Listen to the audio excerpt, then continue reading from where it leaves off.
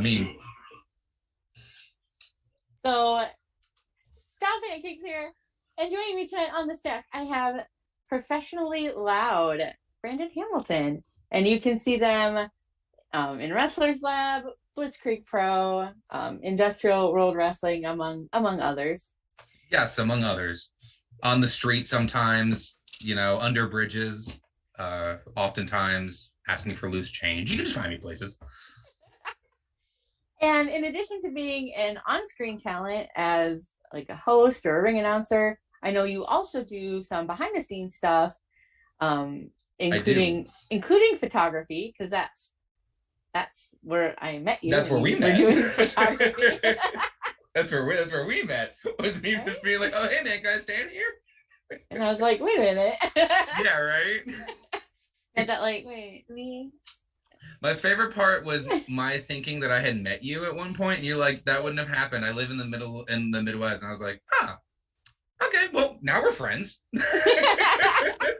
It's because I never stopped tweeting, so you feel like you've already met me. Good point.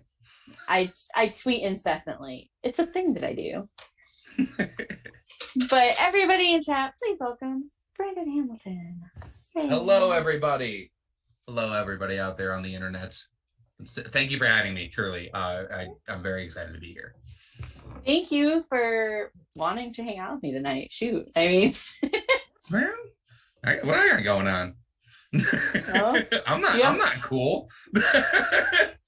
Right? What am I doing? I'm hanging out. Us nerds will hang out together, I guess. Yeah, man. I started Skyrim again today. What am I doing with my life? Nothing. I'm sorry, you started what? Skyrim, the Elder Scrolls game. Like I was like, I'll just casually start that up again. Like it's not gonna eat 80 hours of my life at some point. I was just gonna ask, like, can you play that casually? Like, I don't think so, and I've convinced myself otherwise. Oh.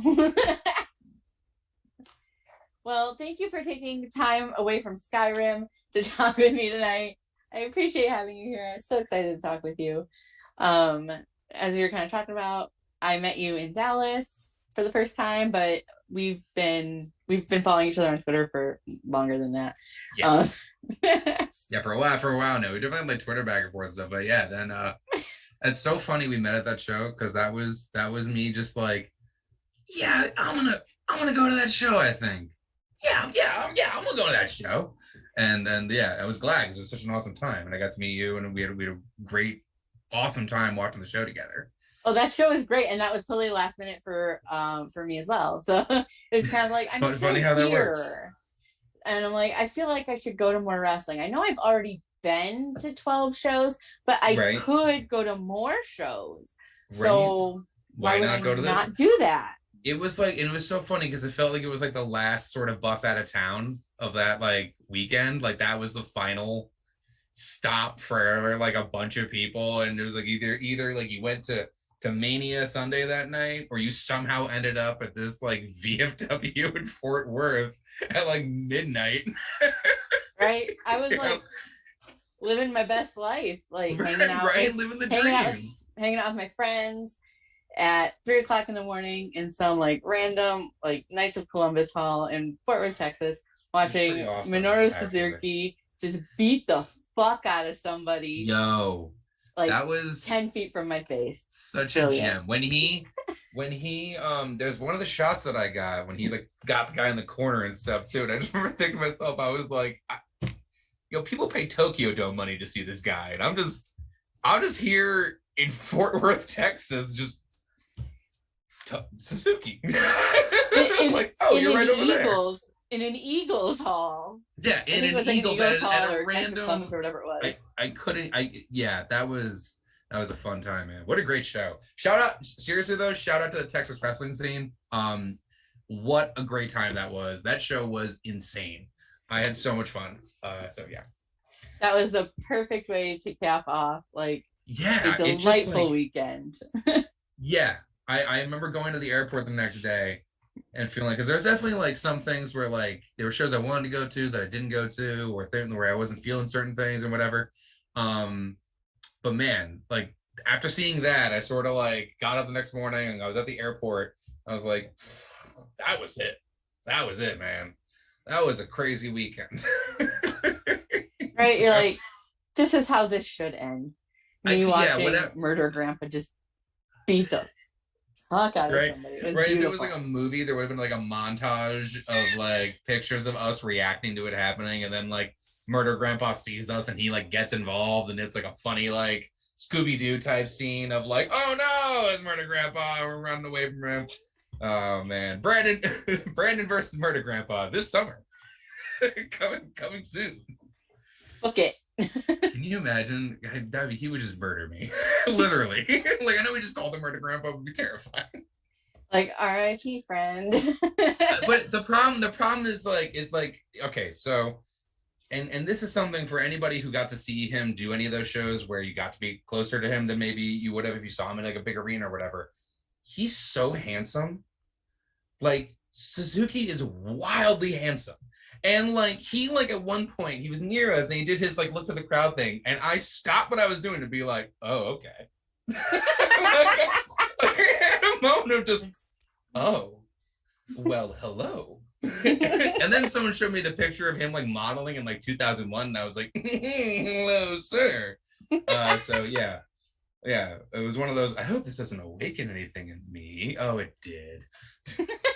He's like deceptively handsome and deceptively like murderous, and I'm like, I get it now. That's why he has to wear the towel, because if he came out with it off already, it would be too much for us. Like we need the anticipation of him getting ring, take his towel off, and we're all just yeah, you need that like that slow reveal almost. It's still there. It's all, oh man, you see that? Woo!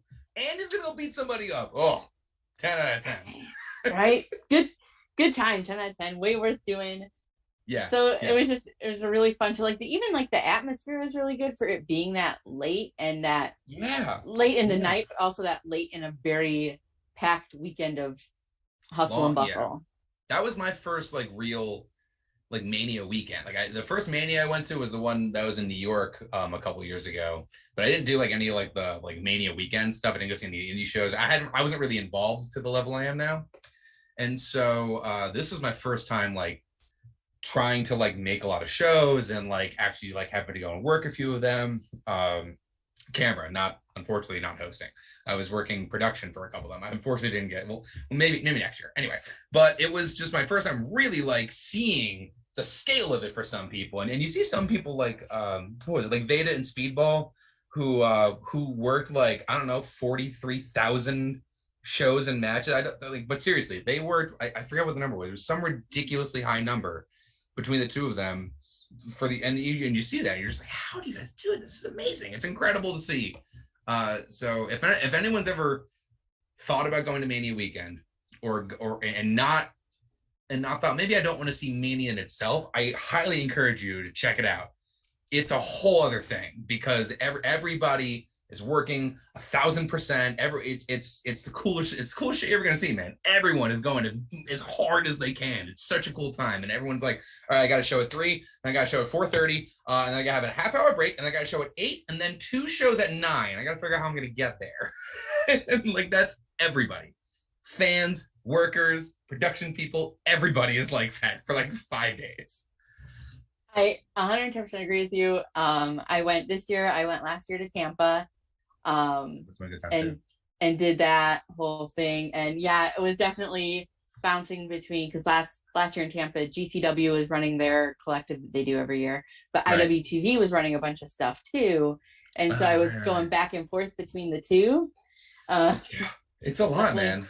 Yeah, I think I ended up going to like 11 and a half shows last year, because there was 2 shows I wanted to go to. The remainder of a scramble, I think.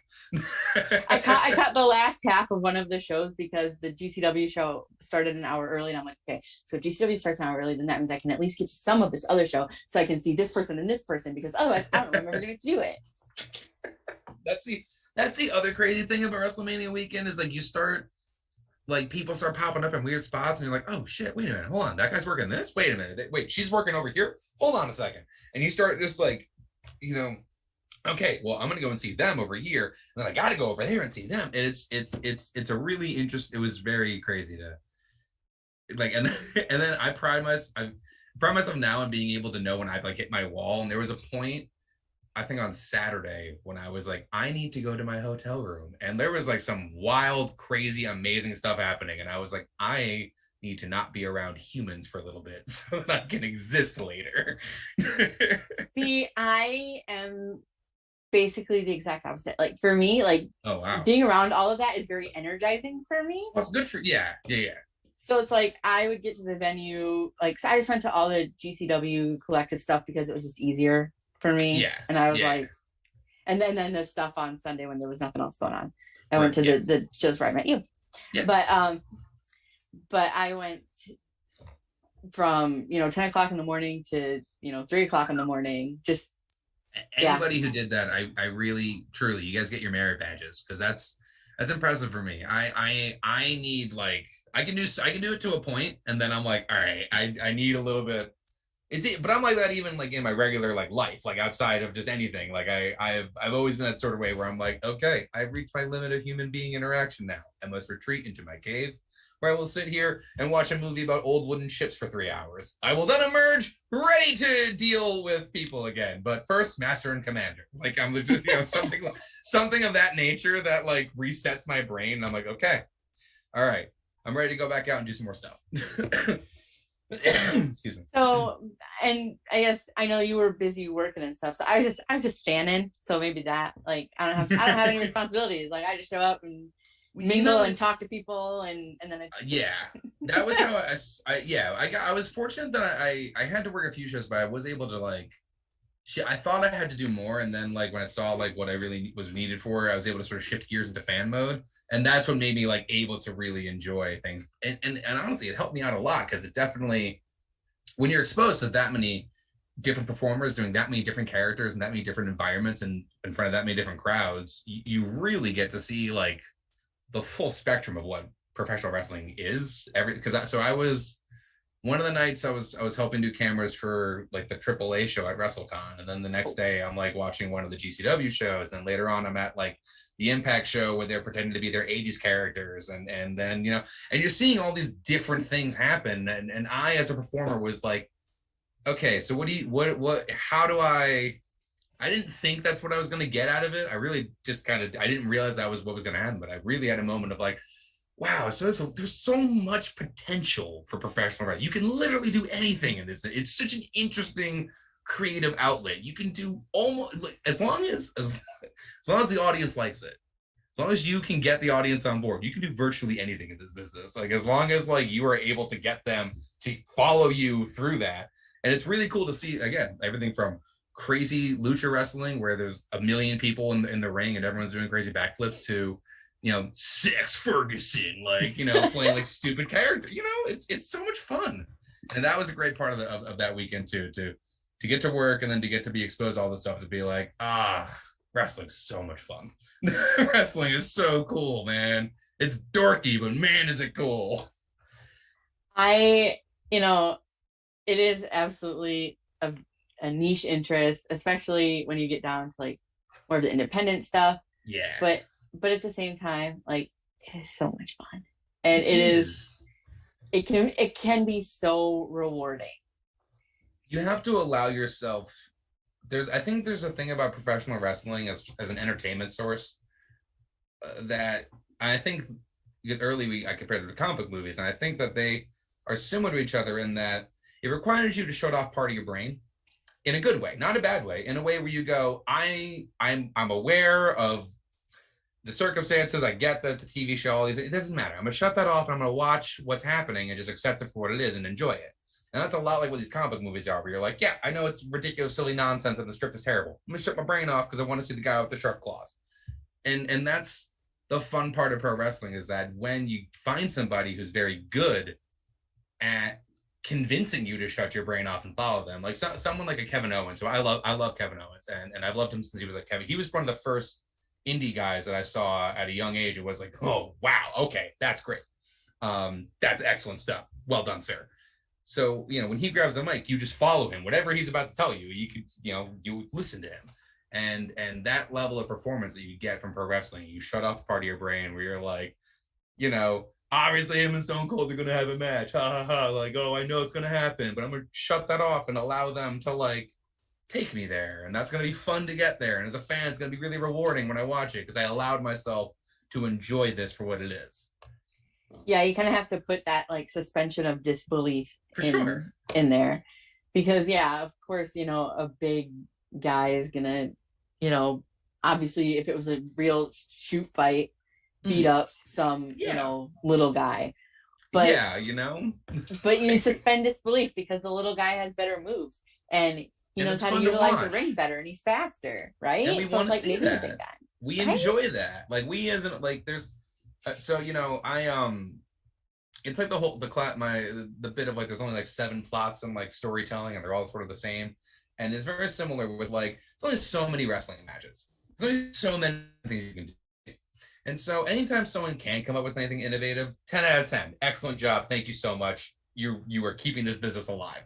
But then it's also up to the other people who need to take what we have and mold it and create it into their own way and present you that cool moment of the little guy versus the big guy. And although we've seen little guy versus big guy a bajillion and 4 times, they're going to do it in their own special way that only the 2 of them can do. And that's what makes it entertaining. That's why it's fun to watch because, you know, I've seen everyone's watched David and Goliath. We've seen I can turn on Hulu right now and watch 5 different versions of it. But when we watch it from in a live perspective, like in a live show, in a wrestling event, it's cool. When you're there in the audience and you feeling the energy, it's really fun. When that little guy gets up to do his big comeback, you know, like there's part like when you really let yourself go and believe it, like you really do find yourself like he might actually do it this time. He got him. He got him. Darn it. And that's so much fun. Is that exact moment of what? Go! Got him again. Yeah, the noises people make when they watch professional wrestling are just unfounded. It is the best. I yell at the TV all the time. It's my favorite. You know, it's one of my favorite crowds. Truly, you know, I did stand up for a while. That can be rough. I've done. You know, I grew up doing theater and stuff. But wrestling crowds, for all the like, you know, sort of heckling and whatever that they do, because they're part of it. You know, when I'm hosting a show specifically, you know, I know someone at some point is going to shout something at me, like it's going to happen. So I just have to roll with it, you know. And that's, again, it's just the atmosphere that can be created. Like when you have a good show with a good crowd, good card, everyone has like the right energy. Like we were that night in Texas, everyone had the right energy for that show. Like we in the audience wanted that show to be as good as the people performing it did. And because of that, it was awesome. And that's a beautiful thing about wrestling is that when you get when all the pieces come together in the right way, it's this incredible, beautiful art form that can only exist within like these confines of, you know, big, meaty men slapping me. Well, I've been enjoying talking with you. I do have actual questions, but oh my gosh, I'm sorry. I rant. No, it's perfectly fine. This is your time. I'm just here to facilitate. All right, let's the question away, my dear. The stage is yours. I wish I had a sifter back. Give me your questions. Sounds a little classist. Like, a little uppity, if you will. A little uppity, if you will. I am from New England, unfortunately. Whether I want to be or not, it's not much I can do. I was born here in New England, madam, don't you understand? And of course, I roamed the grounds of the polo fields. That should be what I do for my character, right? That should really be it. It'd be like, what was it, the Hunter House Helmsley, but like actually do it? Like just go 110%. Go 110% in it. On Brandon Hurst Hamilton here. Oh, yes, Brandon. I mean, if you think about it, the name really rings. Brandon Hamilton. It sounds really nice. You need to be like the third or yes, Esquire. Brandon Hamilton Winchester Henry Warehouse the third. Thank you very much. of the England Henry Warehouse the third.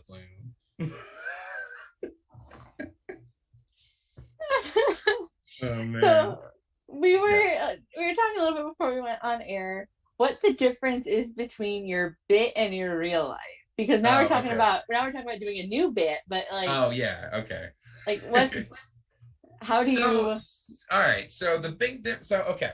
So when I first started performing, right, I was just sort of going by Brandon, and then I decided I wanted a name. I think everybody, because wrestling for a little while, it's like, oh, it would be cool to have a character name, and I didn't really think too much about it at that point. And I think I threw Hamilton on the end because I thought it sounded nice, and it's sort of. I think at the time I thought was that it sounded like a game show host name. Like featuring Brandon Hamilton. All right, folks. And so over time, though, the bit became an extension of these things that I didn't always feel comfortable doing in my regular life, like wearing jewelry, wearing loud colors, being like really over the top and exaggerant, and like I just gonna do all my hands talking and all that kind of stuff. These are things that I used to be like, down, girls, like stay down. And through doing the Ham character, which was this sort of very extreme, over the top, I don't know, some people thought it was a heel, and I didn't always feel that way. I'm just like, no, I'm just very like about things. Like, I don't think I'm being a heel. I'm just very like, oh. And anyway, so but the big difference is like Brandon, is good. I'm a pretty goofy person, and I like to play characters. I like to do bits. I like to be funny. I really, my whole life has just been wanting to be a character. Like I've discovered things like Saturday Night Live and improv and performances, like comedy performance at a really young age. And I was like, this is cool. That's it. That's what you do, right? You make people laugh. It makes them feel good. What a wonderful thing to do. So I think the biggest difference between now, at least, that I have, come out publicly and stuff like that, sort of embracing a lot more things about myself, and then eccentricities that I used to sort of reserve for the Ham. Now the biggest difference between myself and Ham is that one of them wears a brightly colored jacket, and the other one is wearing, I think, an Effie t-shirt. But I both would wear an Effie t-shirt, actually. Effie's wonderful. He is wonderful. Effie's wonderful. But really, yeah. So I think the biggest difference now is that when I'm in the character mode, I get in like production mode. So that's a sort of I it's almost, it's gonna sound funny. It's like when I used to be a chef, and you have to like be, all right, we're doing it now. This is what's gonna happen. All right, we're gonna do this. We're gonna do this. We're gonna do this. All right, got it. And so when I'm really in the Ham mode, that's what it's like. It's like, okay, this is what's going on. This is the next thing we got to do. I need this. I need this. I need you to give me your information so that I can.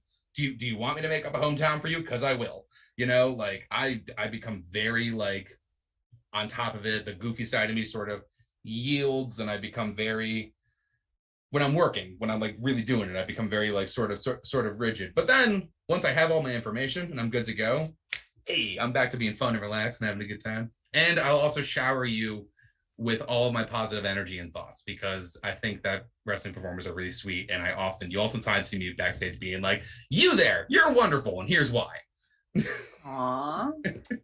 It's, they do a lot of work so that I can just go out there and say their names. And I respect the hell out of every one of them for it. So I love spending that a little extra time to say, hey, this thing you're doing is really cool. I really like this. And sometimes I'll be like, yeah, you think so? And I'll be like, I mean, what do I know? But yes, like, I'm just, as a person who am I? It's cool. If you don't want, please do not. I am not that important, but I think you're wonderful and I love you. But yeah.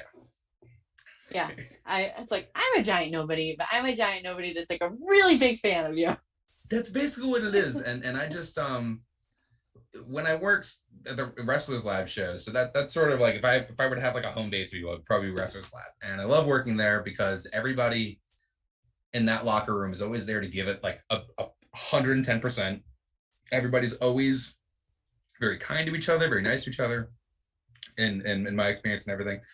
And I get an opportunity to like talk to people and let them be like, hey, this thing you're doing with your character, I find it, I try to talk to them less as, as a performer. I'd be like, this is a really cool thing that you've done. I see you've invested your time into doing this, or I've seen you made this shift and now you're wearing these colors, and then you have this way that you're speaking and all this stuff, And that's a fun thing. I just think as a performer to get to like talk with your peers and speak with them and stuff. It's always a good thing. So I feel like I rambled off stuff. Oh, no. Like I said, this is your time. I'm sorry. I'm a bit of a rambler. To all the people in YouTube land, I apologize. If you wanted concise information, oof. If they want concise information, they wouldn't be listening to anything that I do. Let's say I have what the doctors call the ADHD. I appreciate that. Oh, goodness. So you kind of talked about how you've done stand-up and you've done theater. How did you get into independent wrestling? Like, how did that transition occur? Well, I'll answer this two ways. I got interested in independent wrestling, first of all, when my college roommate, he was the first person I'd ever met in my life who watched independent wrestling. And I didn't even know that was a thing that existed. And he was the one who introduced me to Ring of Honor in about 2006, 2007. So this is an interesting time in like the Ring of Honor era. And so he took me to his show, and it had like generic Owen Steen on it and like Tyler Black, like that level stuff. And it was whatever happened to those guys? Right. Whatever happened to those? What happened to those fellas? Anyway, it blew my mind because I was unaware of this, right? What? This exists? And it was very cool. And then that got me back into watching wrestling. And it got me to watch wrestling from an interesting way where when he first, sort of started showing it to me again, I was doing that thing where I was like, oh, it's wrestling, and I was sort of being a jerk about it, And then I forget exactly how, but he got me to watch it from the perspective of like, yeah, but imagine somebody has to produce this and make this. Like someone has to make this live event. And all of a sudden I was like, oh, that's really cool, actually. This is a really interesting thing. When you think about it, this is a live TV show they do on the road. That's really cool. And so that's how I got like really invested in it. And then eventually that person, my buddy Mike Sweeney, who was part of Wrestlers Lab, they were doing a show in Rhode Island, and they needed a person. As I feel like I'm not the only person who's become a host or ring announcer through this exact means. I feel like this is the origin story of ring announcers in wrestling. Is somebody goes, hey, you know how to talk into a microphone, right? And I go, yeah, I can do that. And they're like, well, we're doing a show in Rhode Island. We got a couple matches on this card. Do you think you want to come out and just intro our guys for us? And again, this is my friend asking me for a favor. This wasn't even like, I'm going to get into wrestling. I'm going to start doing this. None of that. This was just a buddy of mine asking me for a favor. And I was like, hell yeah, dude, of course I will. I love you, man. I've known you for how long? Yeah. This will be fun, man. Come on, it'll be a good time. So I was fortunate enough that show took place at like a tiny little black box theater. And there was a small little punk band that was playing everybody out to the ring. So my first show was this like punk rock level environment. And I'm a longtime big punk rock guy. And I was able to like announce these people out to the ring with this band like thundering through, like Meat Puppet songs and stuff. And I was like, oh, indie wrestling is cool. And that was the first time I did it. And I did it a few more times with my friend, just for fun, because they would ask me to do it. And it was still sort of like, I was doing them a favor. And then like, so I worked with the lab for a handful of shows, but I never thought about trying to get other gigs or working anywhere else, any of that, or making a character, any of that stuff. That didn't really occur to me until the pandemic, really. So like, I feel like a lot of us, we had a lot of time on our hands, looked in the mirror and we're like, why?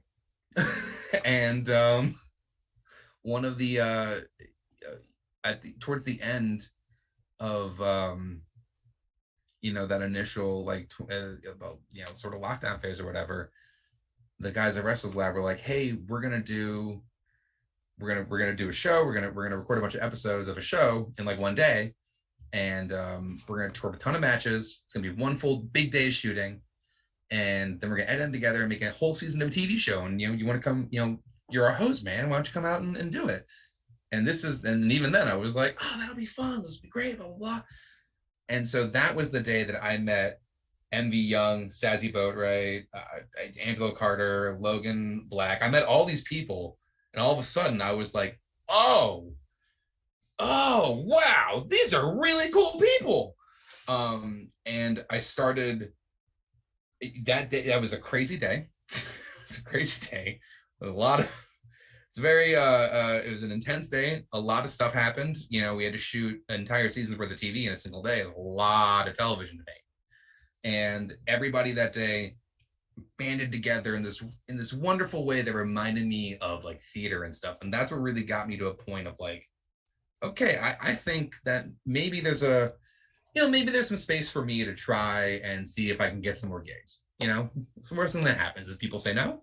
All right, fine. And so I started turning up the dial a little bit, and that's sort of how we got to here. And now I got to work with some great places like Blitzkrieg. Getting to work with Blitzkrieg was wonderful. They're very sweet people, and they let me host their luau last year, which was such a fun time. That was my first time working with them, and when they booked me, they were like, yeah, when you go out to the audience, maybe you can, like, I don't know, lead them in a sing-along of Margaritaville for a minute. They did not give me a time cue. We sang the whole song. Sang the whole song. And there's the producers, like, near the curtain trying to signal me to wrap it up. But I'm into the song at this point, and I'm just having the time. I'm throwing out lays to people and stuff.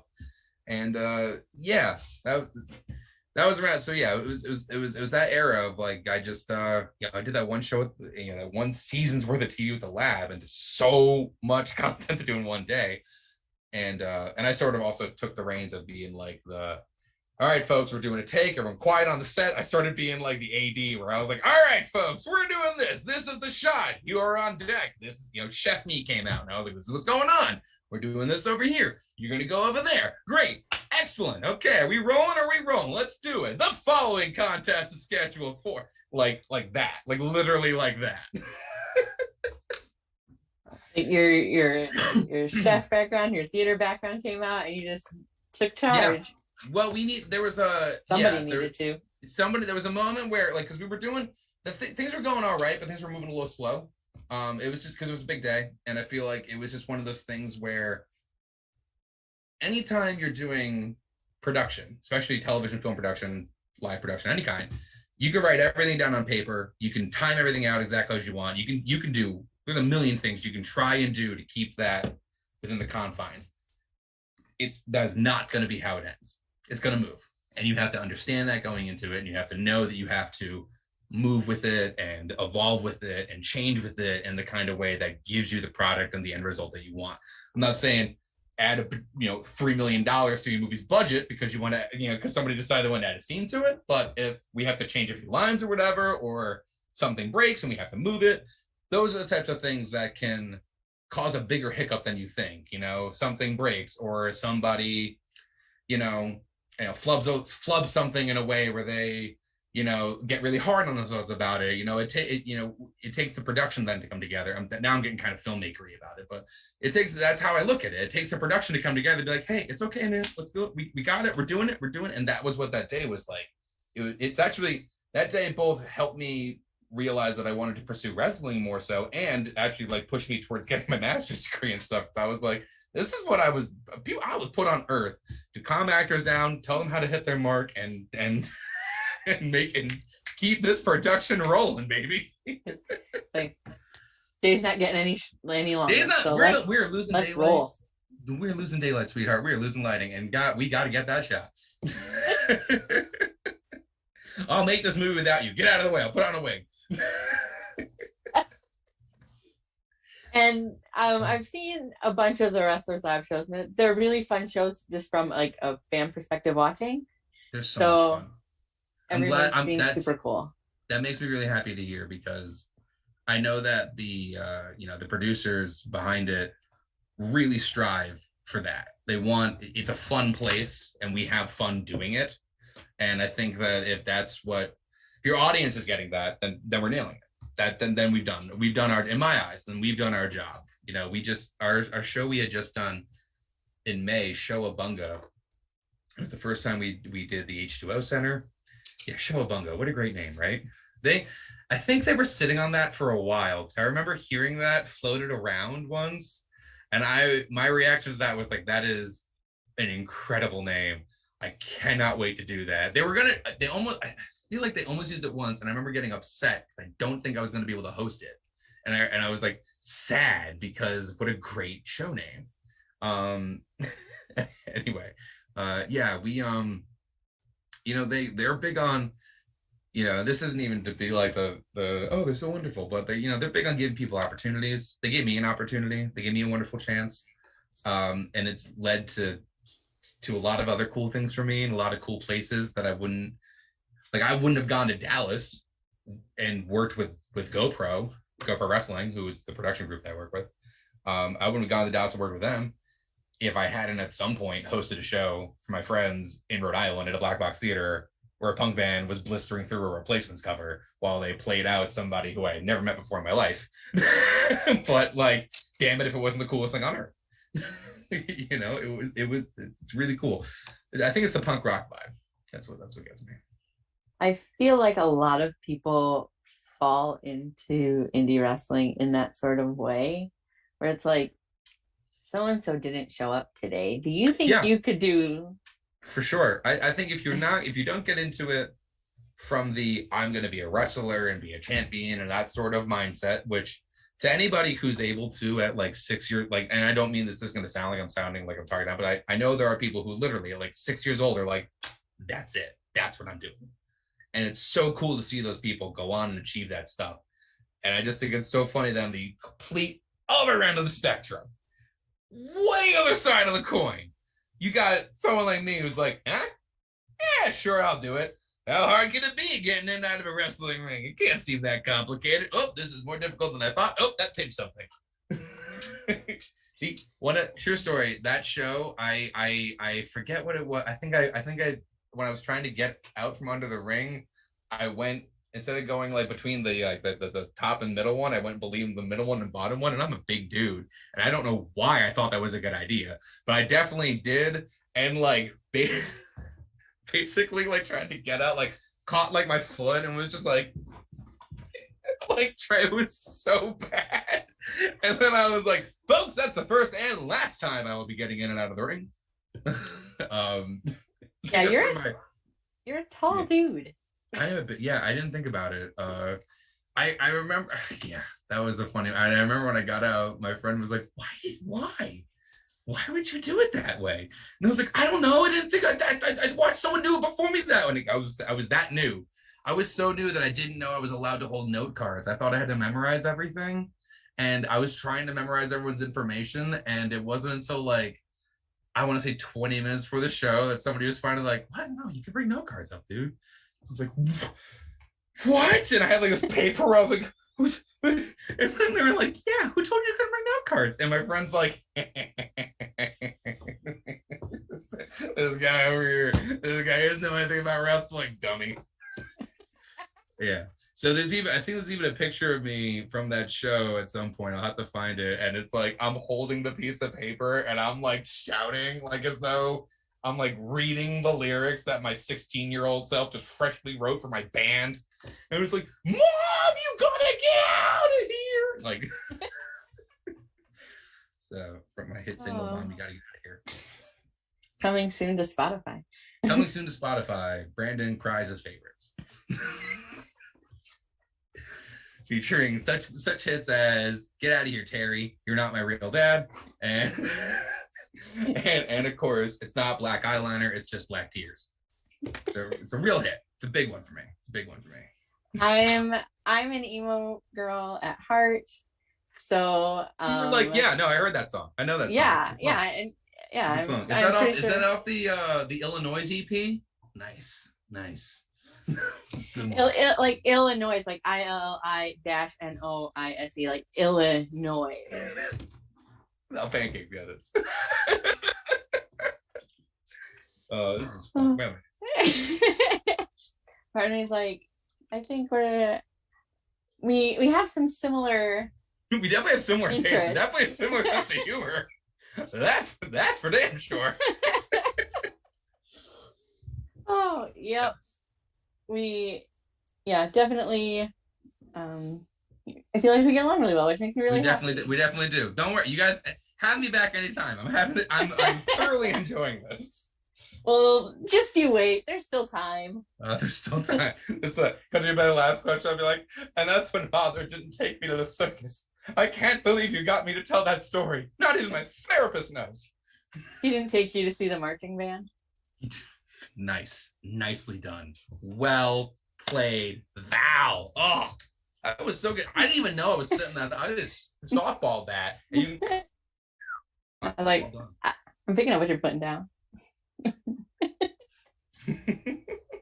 So, who has had the most influence on you both in and out of wrestling? You kind of talked about your friend that got you into wrestling and got you your deal with Wrestlers Lab, but so as far as like being a performer and stuff like that. Yeah.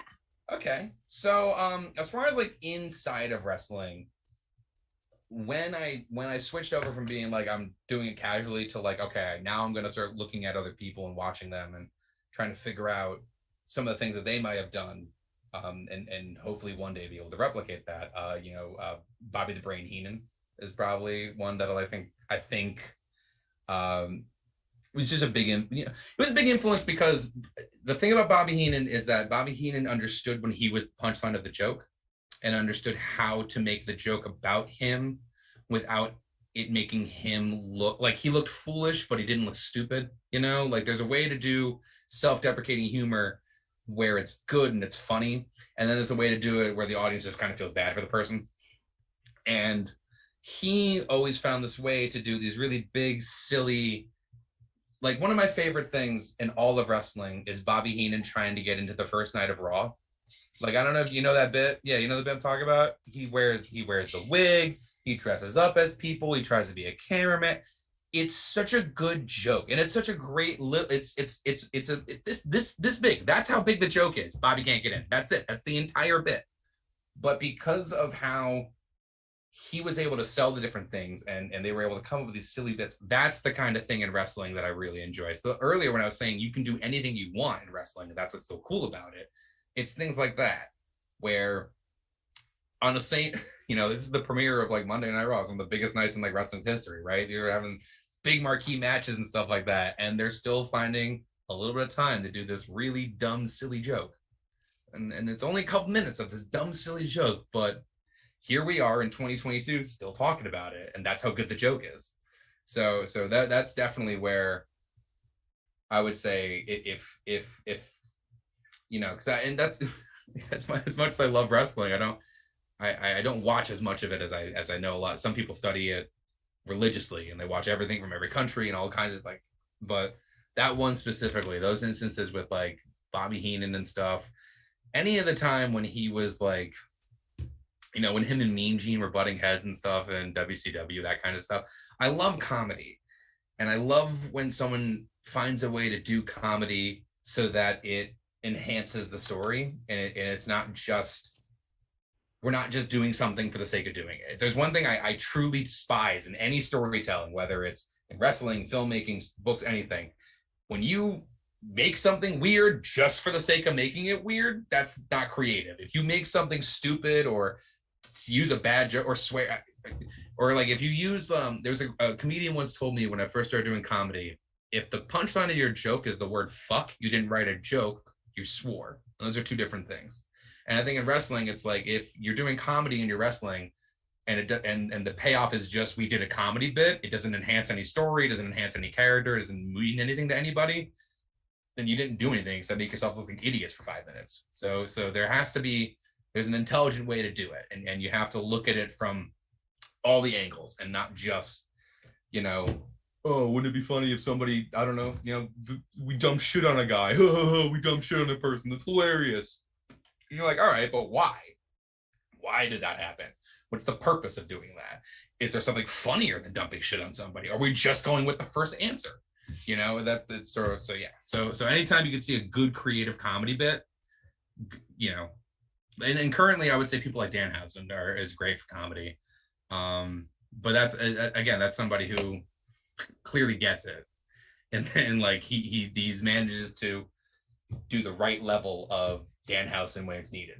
You know, I feel like he gets not to do too much and nothing like he's very smart about it. Like he's got this like the perfect lines and stuff. He's got the bit. He's everything he needs to do is like right in these beautiful little packages for him. It's so good, so smart. It's a very smart performer. just the right amount of Danhausen energy. Just the right amount of Danhausen, because I feel that's a character where if you do it for too much, for too long, it starts to, and that's not like a shot. It's just like it's one of those characters where you can do it forever, but on a show you can't have a show where like it's just it's an hour of just Danhausen. I mean, of course you could because we love Danhausen. That'd be really entertaining and funny. And honestly, someone's gonna take this clip and show it to Danhausen. He's gonna be like, "I'm gonna do it anyway," and it'd be really funny, and I love it.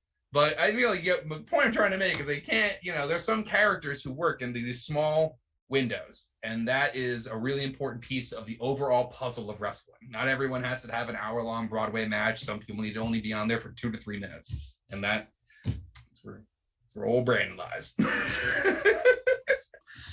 So what I'm hearing is take this clip, show it to Danhausen, make Brandon a household name, blow up the bald monkeys in the stack and Val Pancakes. I'm just saying, Hamhausen, Danhausen. Valhausen? It's Valhausen. Although I'm gonna say Valhausen sounds like a Thor character. Like immediately you said that, and it's like Valhausen, we shall ride together. Like that's immediately where I went. I mean, that's fair. I would ride with Danhausen given the chance. How great would that be? How great if we find out Danhausen's actually Thor, he just lifts up Mjolnir one day. And we're like, oh, amazing. Well, that's everyone's reaction. Huh, Danhausen. All right. Like we treat it like it's well, it's also 67 degrees outside. Interesting. Oh, yes, I'm seasonably warm.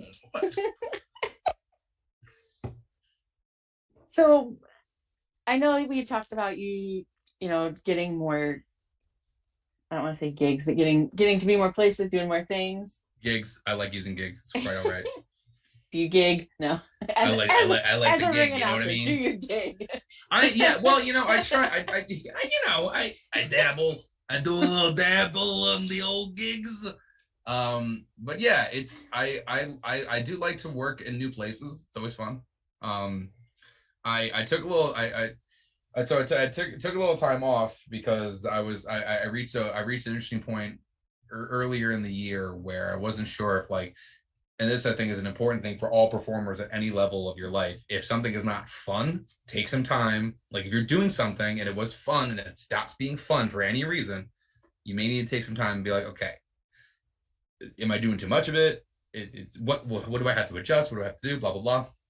And for me, it was very much like, okay, Brandon and Ham are two separate people in that, like, Ham gets the shows, does the work, is in wrestling, all that kind of stuff. And Brandon is just like a regular person who like goes to the grocery store and like, I don't know why this is the example I use, but sure, goes to the grocery store, buys his food, blah, blah, blah, So when I did that, it made me feel in a weird way. I don't know why. I was like, okay, that makes me feel better.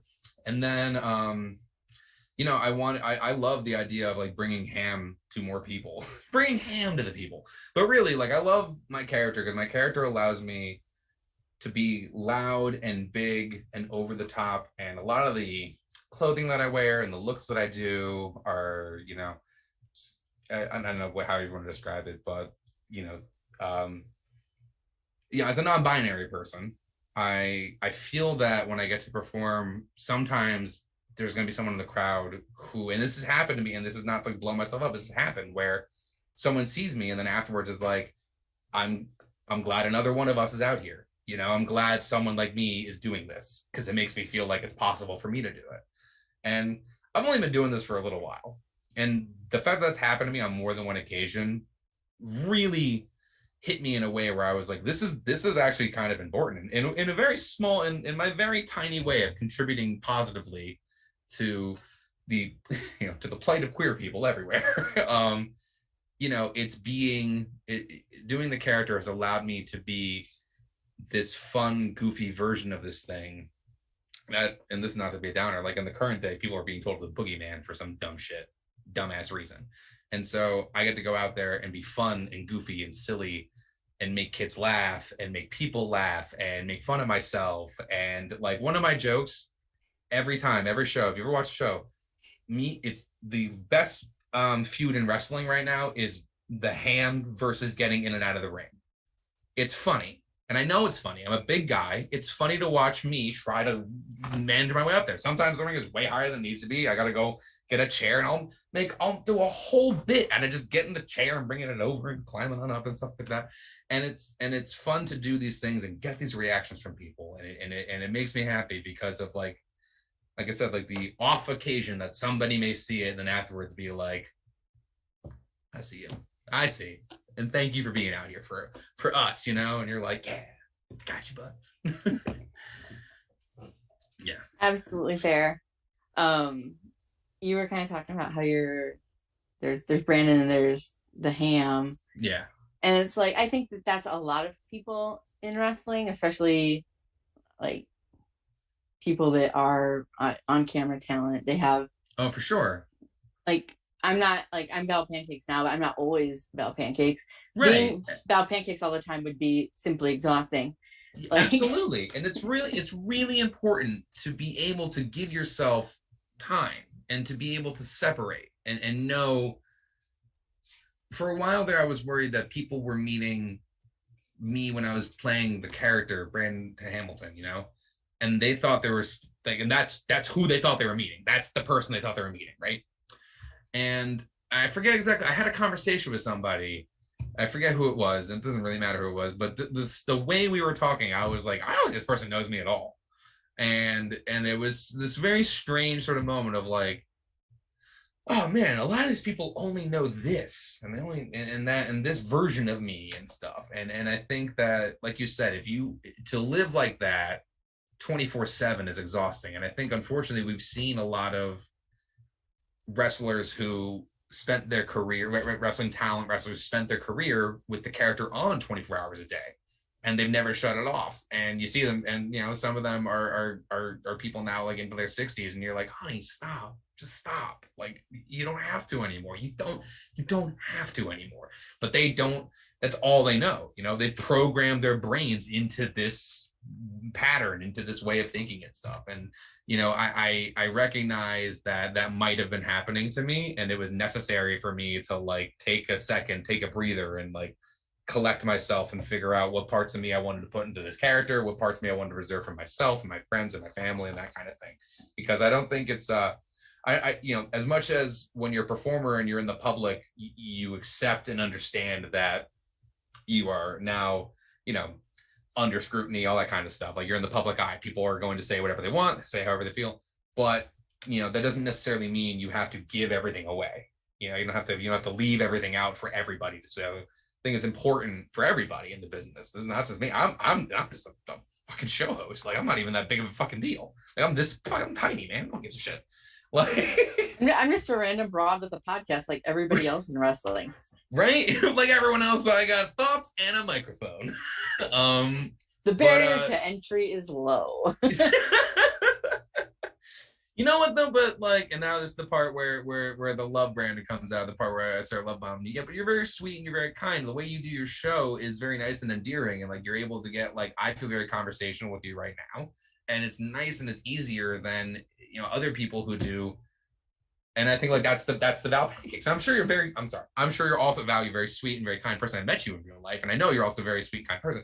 But no, I'm sorry. Val's tough as nails, guys. Don't. Oh, it's very scary. I'm a real bitch. Right, bitch. I've seen it. Puts on her rings.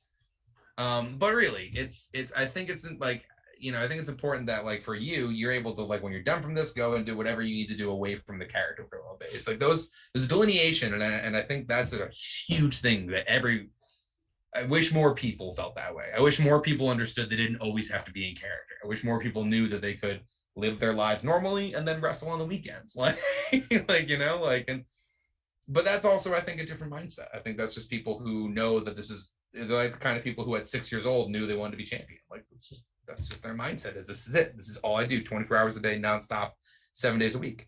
And truly, God bless you, man. Like, I love that you can do that. Like, they do that, so I don't have to. And 10 out of 10, thank you. Yeah, no, I'm not going to be getting into the ring in any capacity anytime soon. No, thank you. Yeah, I can't. I'm very comfortable doing what I'm doing in the way that I'm doing it. I'm grateful that I fell into this because, like other people, I just fell into it.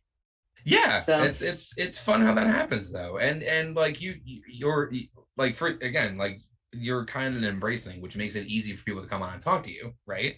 And when we met for the first time, you were very sweet and kind then too, and it was very easy for us just to be buddies at a show. You know, we did that thing that happens. We go to a concert or something. You end up being like that buddy with that person nearby you for like a little bit, and you're like, oh man, that was great. Oh yeah, they play that song, kicked ass, dude. You know, that happens. And then you know, you sort of move on with your lives and stuff. But like, you know, this is great. I'm very glad that you're a very genuine person and stuff comes through in your work. So I guess what I'm trying to say. Bless your heart.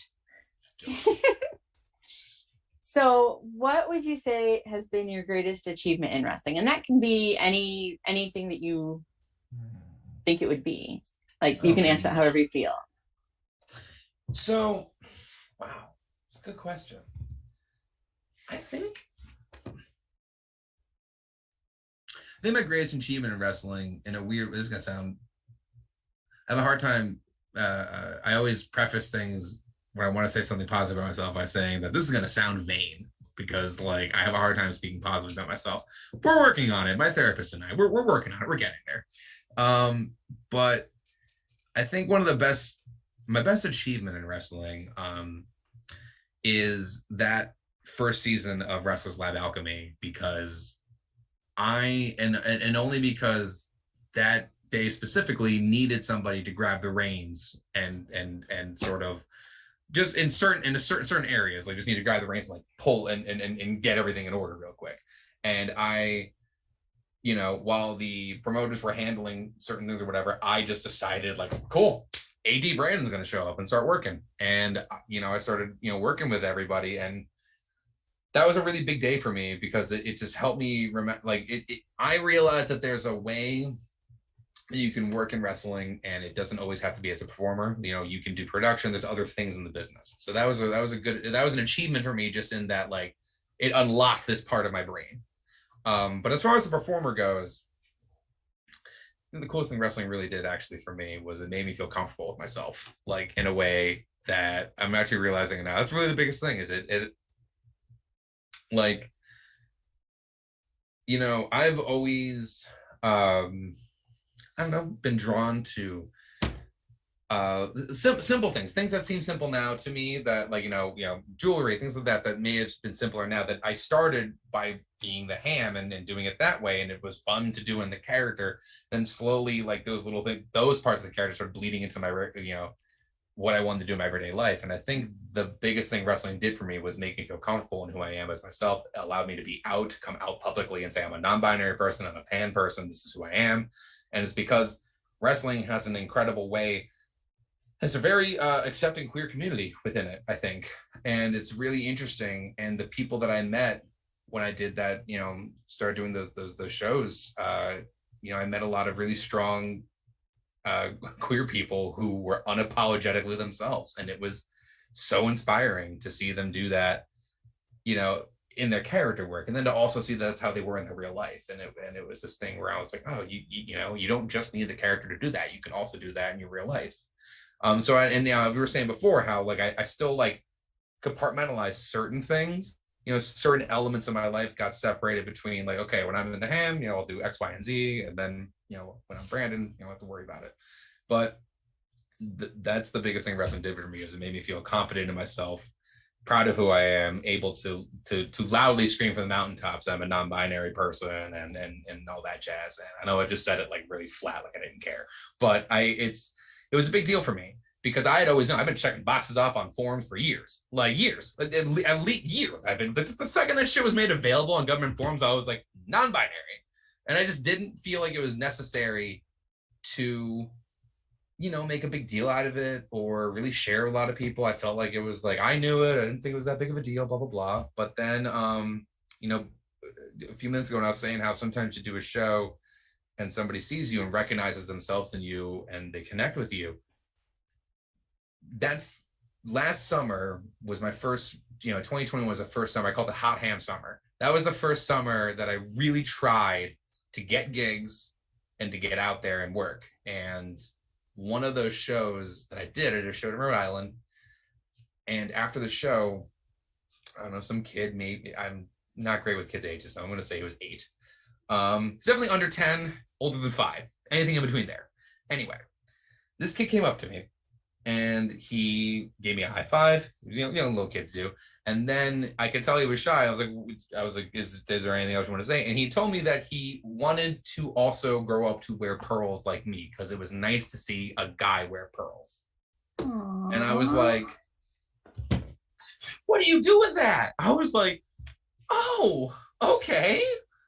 Well, first of all, honey, I was like, you can wear pearls today, tomorrow, the next day, whenever you want to, you can, because you're allowed to, okay? You want permission from anyone on earth, you got it now. And this kid got I could tell that it was a big deal for them to see. And at the time I was wearing, I don't know, I was wearing one of my loud outfits. So I had like, a pink jacket on and pearls on and ascot. When I'm in the character, it's a whole thing. Of course, I say that I'm wearing a bunch of jewelry now, but this was in the middle of. I like that you dressed up for the show. Of course I did. Come on, it's for you, dude. But yeah, it's that was this really intense moment. I cried in my car for like 20 minutes. Because I didn't think about it at all. Like, I didn't think to myself that when I do this and when I look this way and when I perform and act in these ways, this may happen. Didn't even occur to me. I was just having fun, putting on, different fun outfits and being a goofball and yucking it up and having a good time. And some kid in the audience saw me and was like, there, great, cool, there's one of us. That's awesome to see. I didn't know that I needed that. And it was like, I would attribute it to something like when I was younger and I saw The Birdcage for the first time. And I saw, ever see the movie The Birdcage? Yes. So it's probably it's one of my favorite movies of all time. Brilliant film. Mike Nichols is a genius filmmaker. And of course, Robin Williams is great in it, but Nathan Lane is, for me, the movie is Nathan Lane. Nathan Lane's character is a drag performer, and he's a very feminine type man and stuff like that. Probably in the modern era, we would consider them a non-binary person.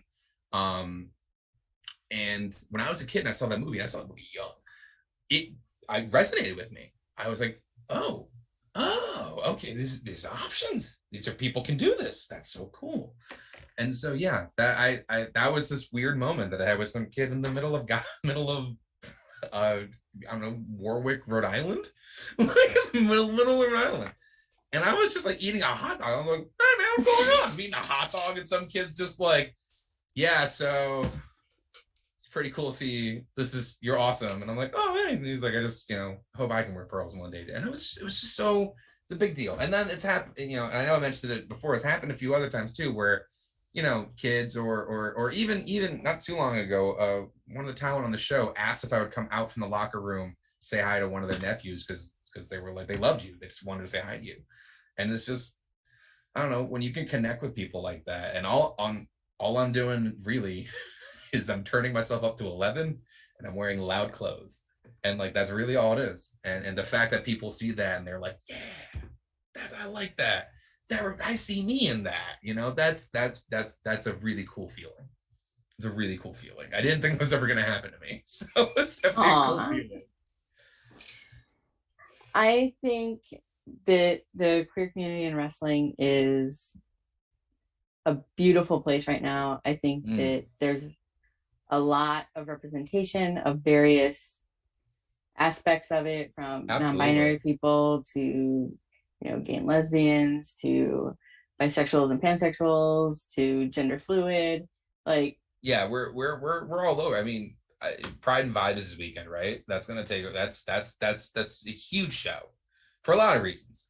And last year it was really big too. This year's really big, huge show. Lots of great people are going to be on that show.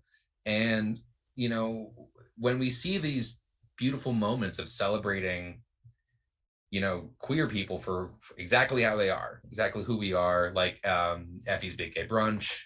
Anytime we could see those shows, I don't know, man. It's just, it's so great to see that the queer community has really found like a niche within a niche, which I feel like is the history of queer people, is finding a niche within a niche somewhere, you know. But it's just so, you know, and again, I said earlier, to be even like a microcosm of that bigger, much larger picture, you know, to me feels great. I grew up with lesbian moms. My mom's lesbian. I've been around queer and gay people my entire life. That's all I've ever known. So like, you know, and again, not gonna make a bummer because like, yeah, it's just so kind of scary in some places right now, and things are can be unfortunate. Can be unfortunate. That's a really light way of putting it.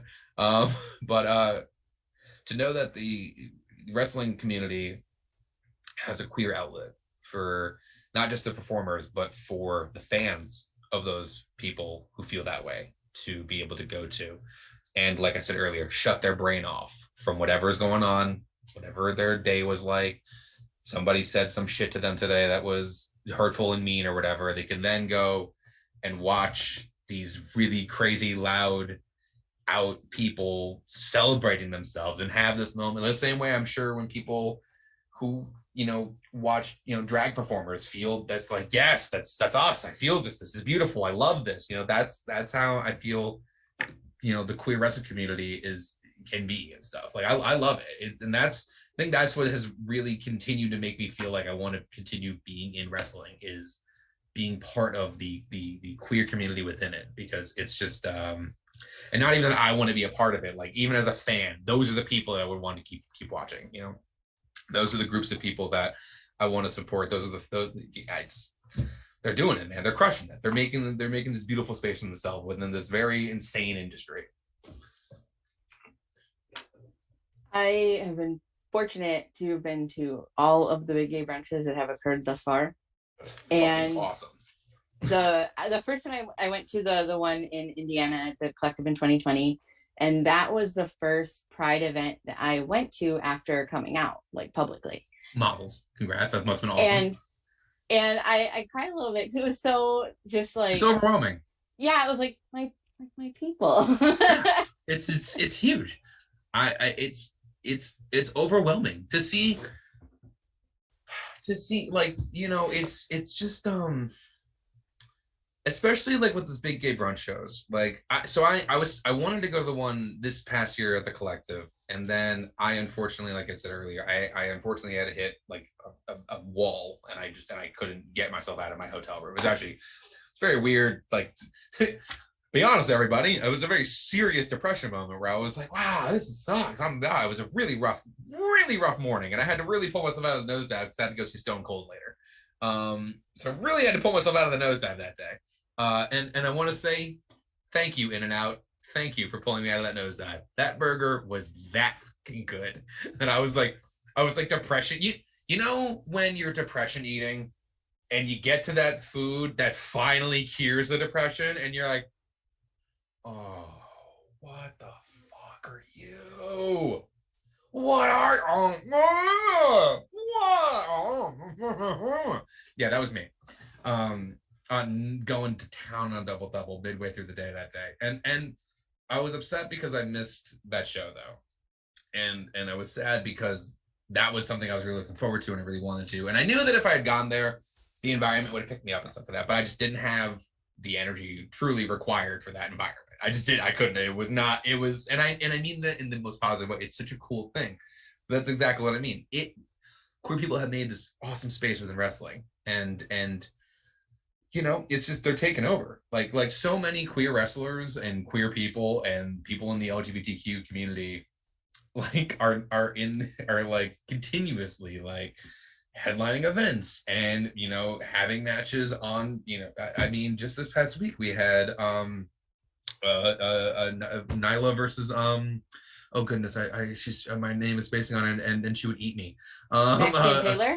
Yes, thank you, Maxine Paler. I love. She would eat me, Maxine Paler. That's the one. She would eat me alive. They, they would eat me alive.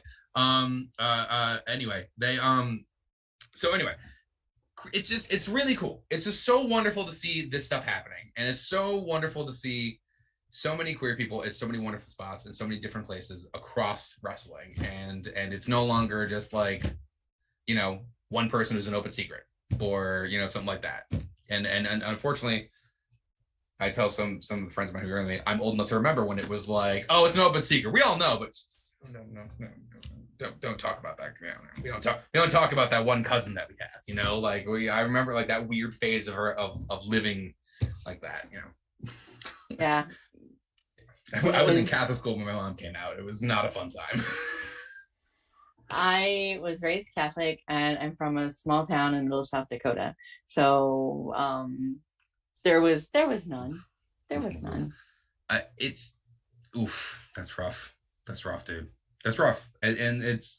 I know I'm fortunate that, like, you know, I had, you know, lesbian mom. Right. That's great. I get, you know. But you know, it's definitely, like I said, I lived in a town where like when the kids found out I had two moms, like you can only imagine what high school boys, like the jokes that they make about you having two moms. And you're like, you know, that's my mom, right? Like my mother. But you're aware, like, and I need you to know the joke you're making. I don't, and you shouldn't have interest in that either, because that's my mom. It's a gross thing you don't want to see. You don't want to see that. You don't actually want me to put the camera in their room for you. Why would you suggest that? That is my mom. Like, this has nothing to do with how my, like, and you thought that through, did you? Though, while we're on the subject, only because it's a really funny story. One time, I was on the wrestling team in my high school, and I was not very good. And, which I did not need to throw in there, but it's not very good. I'm not what you call athletically inclined. I'm very good at sitting down and being lazy. Shoot, I ain't even good at that. I'll get a crick in my neck from sitting like a dummy too long. Right. Anyway, one time I was at a wrestling meet, and my mom was with me, and the kids who I was on the wrestling team with were the like worst people, like just the worst. Just it's not like a shot at wrestling high school teams, but like my high school wrestling team was the worst people, and they were just relentlessly doing like your mom jokes and lesbian jokes constantly, to the point where my mother then, who was sitting next to me, and they for whatever reason did not piece together that the like woman in her 40s next to me was most likely my parent. My mom got up and turned to this group of like probably maybe 5 or 6 teenage boys and was like, let me make something clear. I get more pussy than any of you, and I know what to do with it. So you can shut up.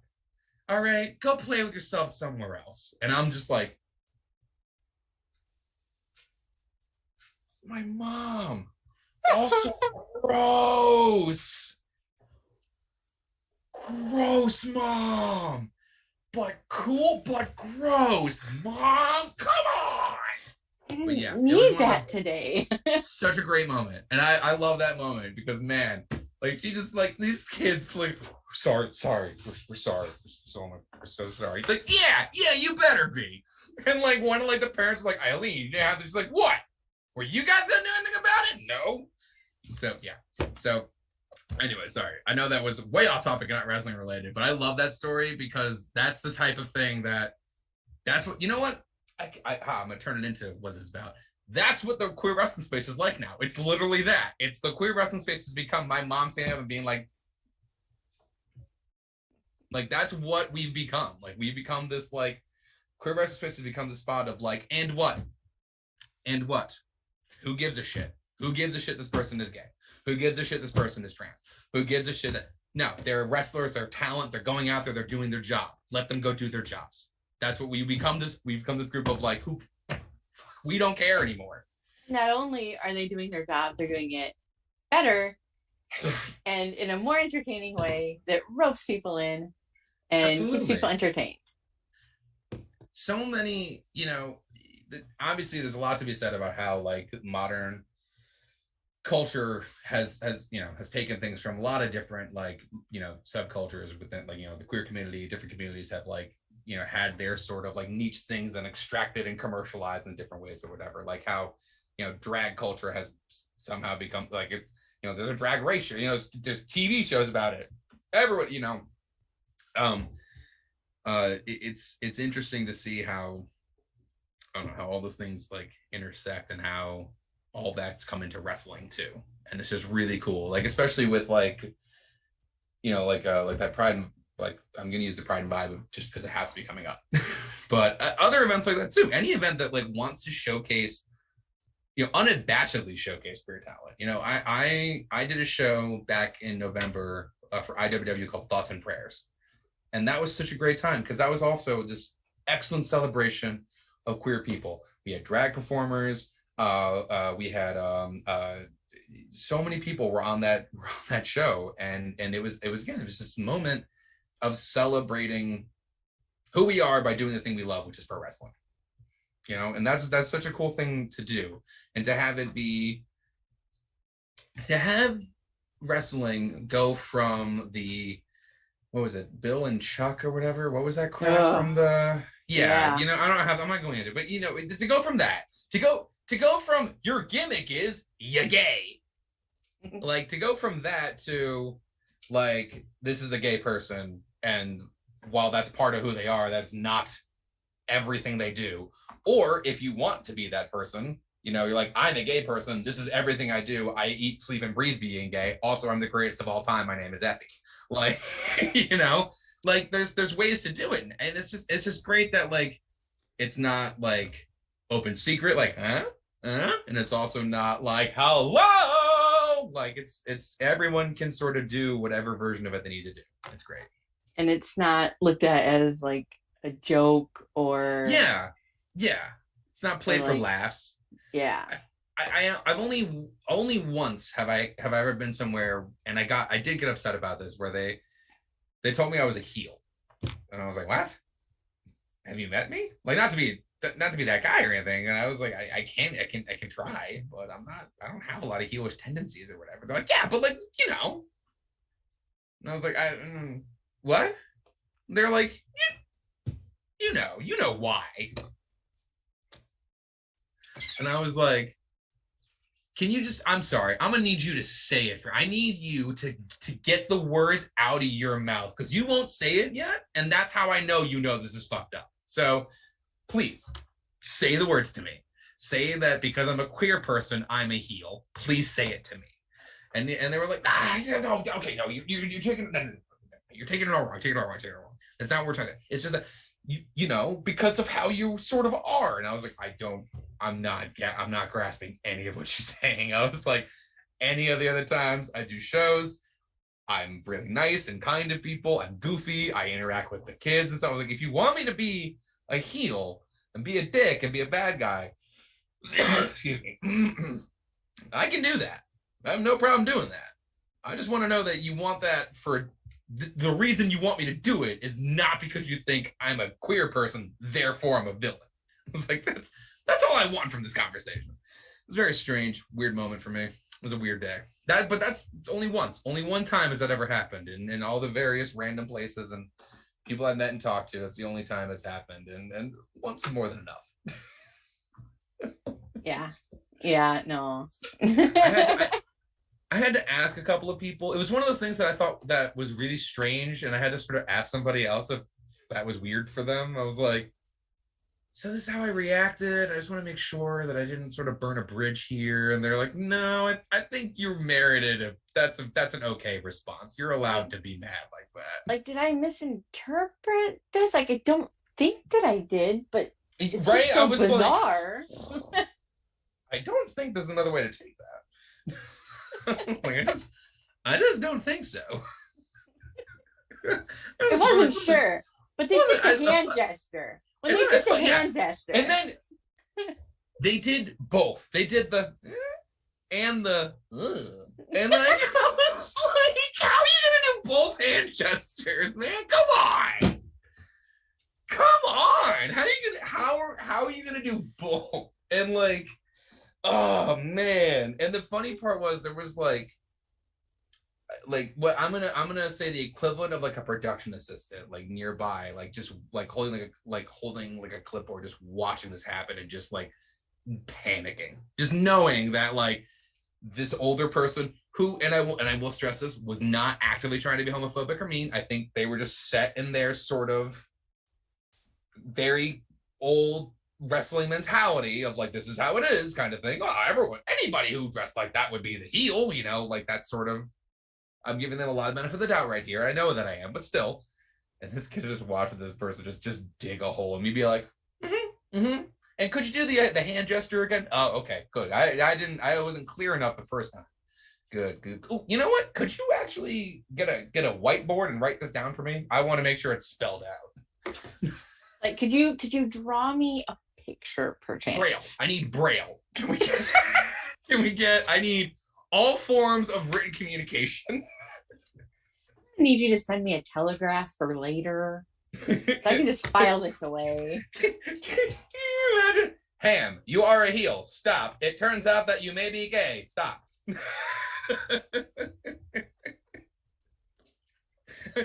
News off the wire says. It's coming in now. Oh no, they've shot the Kaiser. Sorry, I can't help it. I just start doing bits. I like the old time radio guy like that. I really can't help it. it. Yeah. It's like it's so naturally. I feel it sounds so silly. It's naturally occurring. It just comes out. Like I don't think about it. It just falls out of my mouth. So we're already an hour and a half in. I knew this was going to happen. Oh, that's a really good point. Yeah. If you have more questions, we can go through them. I'm so good. No, I'm loving the conversation, especially just because, you know, I like when the conversation just flows naturally from one thing to another, because that makes it fun and different, and that makes our conversation different from conversations I have with other people. Well, and conversations we gotta beat the MSP record that you probably have with other people, and you know, other podcasts that you may do, like.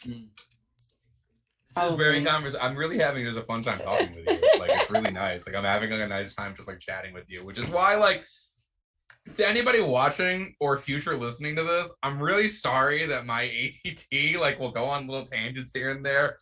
I like to think that the through line through all of this is that queer people are great. I really enjoy wrestling. You know, if that's the main takeaway from today, by all means. Nailed it, crushed it, knocked it out of the park. But if there was the Ham action figure and it was one of the ones that could talk, what would you want it to say? But also, what accessories would it come with? Wow, that is such a loaded question. Oh my god. Okay. Okay. When I always thought my like dream catchphrase for myself would be just me going, "Oh, honey, no." Like you pull a little cord and just, "Honey, no." And like imagine it's like Brandon Hamilton action figure available to sass your friends. What? Honey, no. And the little kid's like, "Yeah, your nails are ugly." Like, no, we're nice to people. We just told everybody we weren't mean. But really, I would man, oh honey, no, it's hard to top actually. I can tell you right now, the accessories you come with it had to have pearls, very important. Naturally. It has to have the pearls, which is a huge amount. Man, when I put on pearls first time, I was like, that's it, that's the character right there. Ba-bam, ba-boom. Rings. I usually have a couple of rings on, as we can see here. I have my rings on. This one my partner got me for our 12th anniversary. Very sweet of her. She's been with me for 12 years. Why? Like, what? Crazy. She is a crazy person, in the best way. Anyone? Can you imagine like living with this for like 12 years? Ugh, no thanks. Anyway. I've had to live with this for gonna be 34 years, a week from yesterday. It's my birthday's next week. Anyway, yeah, pearls for sure. A microphone. Although the reason I'm professionally loud is I don't actually need a microphone. I am one of the loudest people. I just know I am the loudest person most people know. I always talk loudly. Do not mean I listen to music loudly. I've gone. I once went to a doctor to be like, I'm just loud. Can you check to make sure my ears aren't totally messed up? But they're like, no, your ears are fine. I think you're just a loud person. I was like, okay, good to know. Can you get that? Can I get that in writing so that when people complain about it, there's a reason? No, I have a certificate. I have a note. I have a note from a doctor that says I get to be loud. Oh God, sorry, my earring got all caught up in there. Yeah, microphone, pearls. As far as the jackets go, I'm looking at my jackets in the back there. Probably the one that I call Dolly is my jacket with the flowers on it. I don't know. There's a picture of me with it. It's got like flowers embroidered on it. I call that jacket Dolly because it makes me think of Dolly Parton. So I'd probably have that. Yeah. So my catchphrases when you pull the little ripcord would definitely be, oh, honey, you know. And then probably we love it, because I say that a lot. We love it. We love this. We love you. When I'm like fully in ham mode, we love it. We love everything about this, darling. Everything you're doing, it's all hands. It's a lot of me doing this, a lot of jazz hands. It's a lot of hands, and me being like, honey, you're doing fabulous. I love you. Because I really, since I first started doing theater, I was that kid behind the stage. It was just making sure everybody felt good, doing good. Gotta be in a good headspace to do a live show. So, yeah. Brandon Hamilton action figure. Sass your friends, impress your mom. I do need to sass my friends. So it's your friends, guys. Do it more often. Put your friends in check. Let them know. Remind them who's the boss. That should be the t-shirt. Remind them who's boss. Sass your friends. That's your friend. Sass your friends. I keep doing Cactus Jack fingers for some reason. Well, I mean, you have to, right? Right? I have to do something with these. I got it, guys. They don't stop. Down. God, I can't. God, my mom's wife is Italian. I inherited things. I don't know what to do. I'm a hand talker, just generally. So I get it. I mean, maybe you can relate.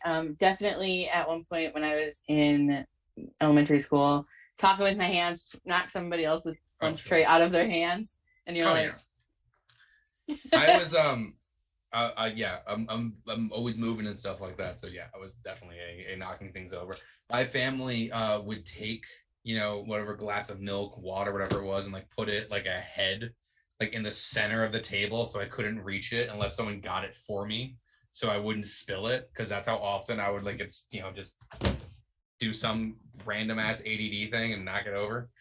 The hands, they have a mind of their own. Hands would be drumming on something, I'm a fidgeter, so yep. I get it. Big time. So you go to shows, you have to travel.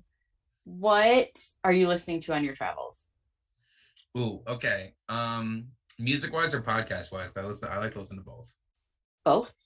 Okay, all right. So podcast wise. Well, I'm gonna blow everyone's mind. I do not listen to most wrestling podcasts. Not a big wrestling podcast person. I don't mean that in a bad way. I just mean that I do a lot of stuff with wrestling. I also don't need 4 hours of two people being like, now, tell me why this happened. Like, I don't need 4 hours of that. And then the other guy being like, well, I'll tell you why it happened. Because two people got together and decided they were going to have a mate. Like, that's 400% of wrestling podcast. Not a fan. So I like to listen to a show called How Did This Get Made, which is a movie podcast hosted by three of my favorite comedians, Paul Scheer, Jason Mantzoukas, and Paul Scheer's wife, Jude Diane Raphael. Brilliant comedians. They watch bad movies and joke about them. It's a very funny show. Jason Mantzoukas, they're people whose voice you may recognize, and if you were to Google them, you'd see their picture and be like, oh, those actors, I've seen them in a million things. They're very, very funny people. There's another show I really enjoy, another podcast I enjoy called Get Played, which is like a video game podcast that was sort of initially in the same vein as that other movie show where they played bad games and talked about it, but it was like seemed to be killing the host of the show because they're playing such bad games that they're like, and you could hear in the audio that they were losing their minds, and you're like, oh God, please do something better for yourselves. Just stop. Just stop it. You don't have to do this. Is that Michael Jordan meme? Stop it. Get some help. So yeah, I'm a big fan of those because I grew up watching Mystery Science Theater 3000, so I love a big fan of Mystery Science Theater 3000. So I've always been a fan of watching and critiquing and joking and that sort of thing. Like it's something I've always really enjoyed. As far as music goes, boy, that's a whole other like multiple hour podcast. Depending upon what mood I'm in. So I love music. Everyone loves music. I love music. Music is a huch part of my life.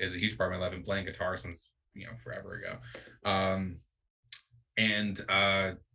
man, so I love listening to recently I've been on a weird Phil Collins kick. I don't know why, but I've had the song Easy Lover stuck in my head like nonstop for like 2 weeks. And then like every time I listen to it, I'm reminded of like how great the production value on that song is. That's awesome. But we just got a new car.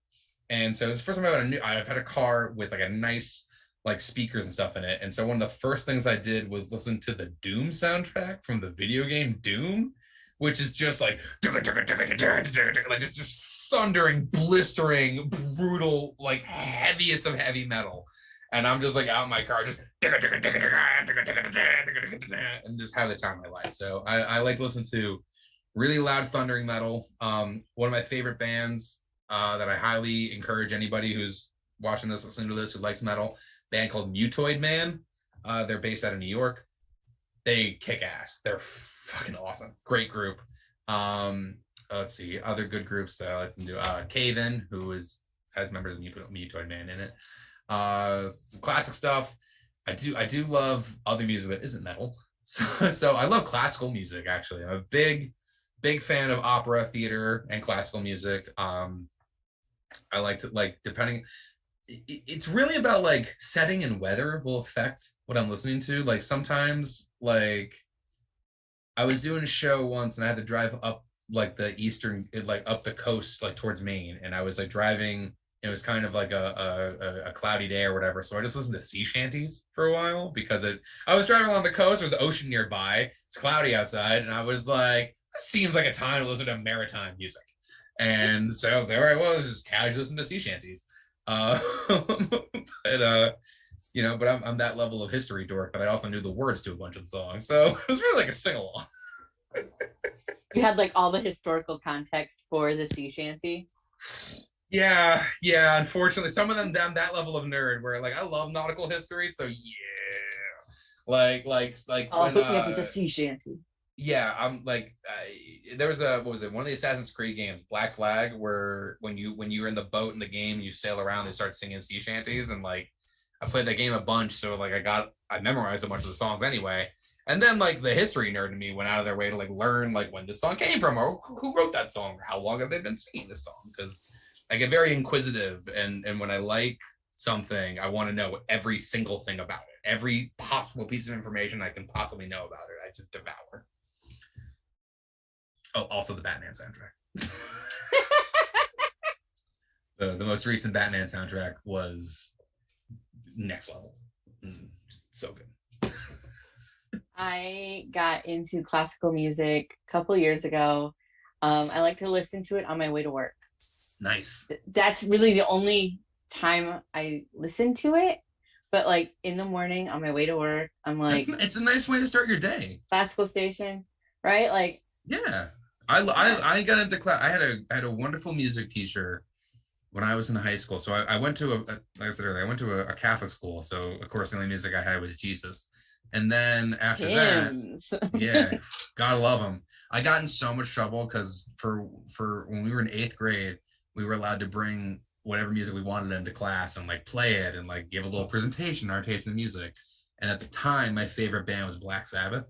So I put on the song Black Sabbath by Black Sabbath. And if you're not heard of it, it starts with like a bell, just like a really and it's in D minor, so it sounds scary. It just sounds like a haunting bell, and there's like rainstorm, and then just really heavy power chord comes in. It just literally sounds like Satan is like crawling out of the ground to like come and possess you.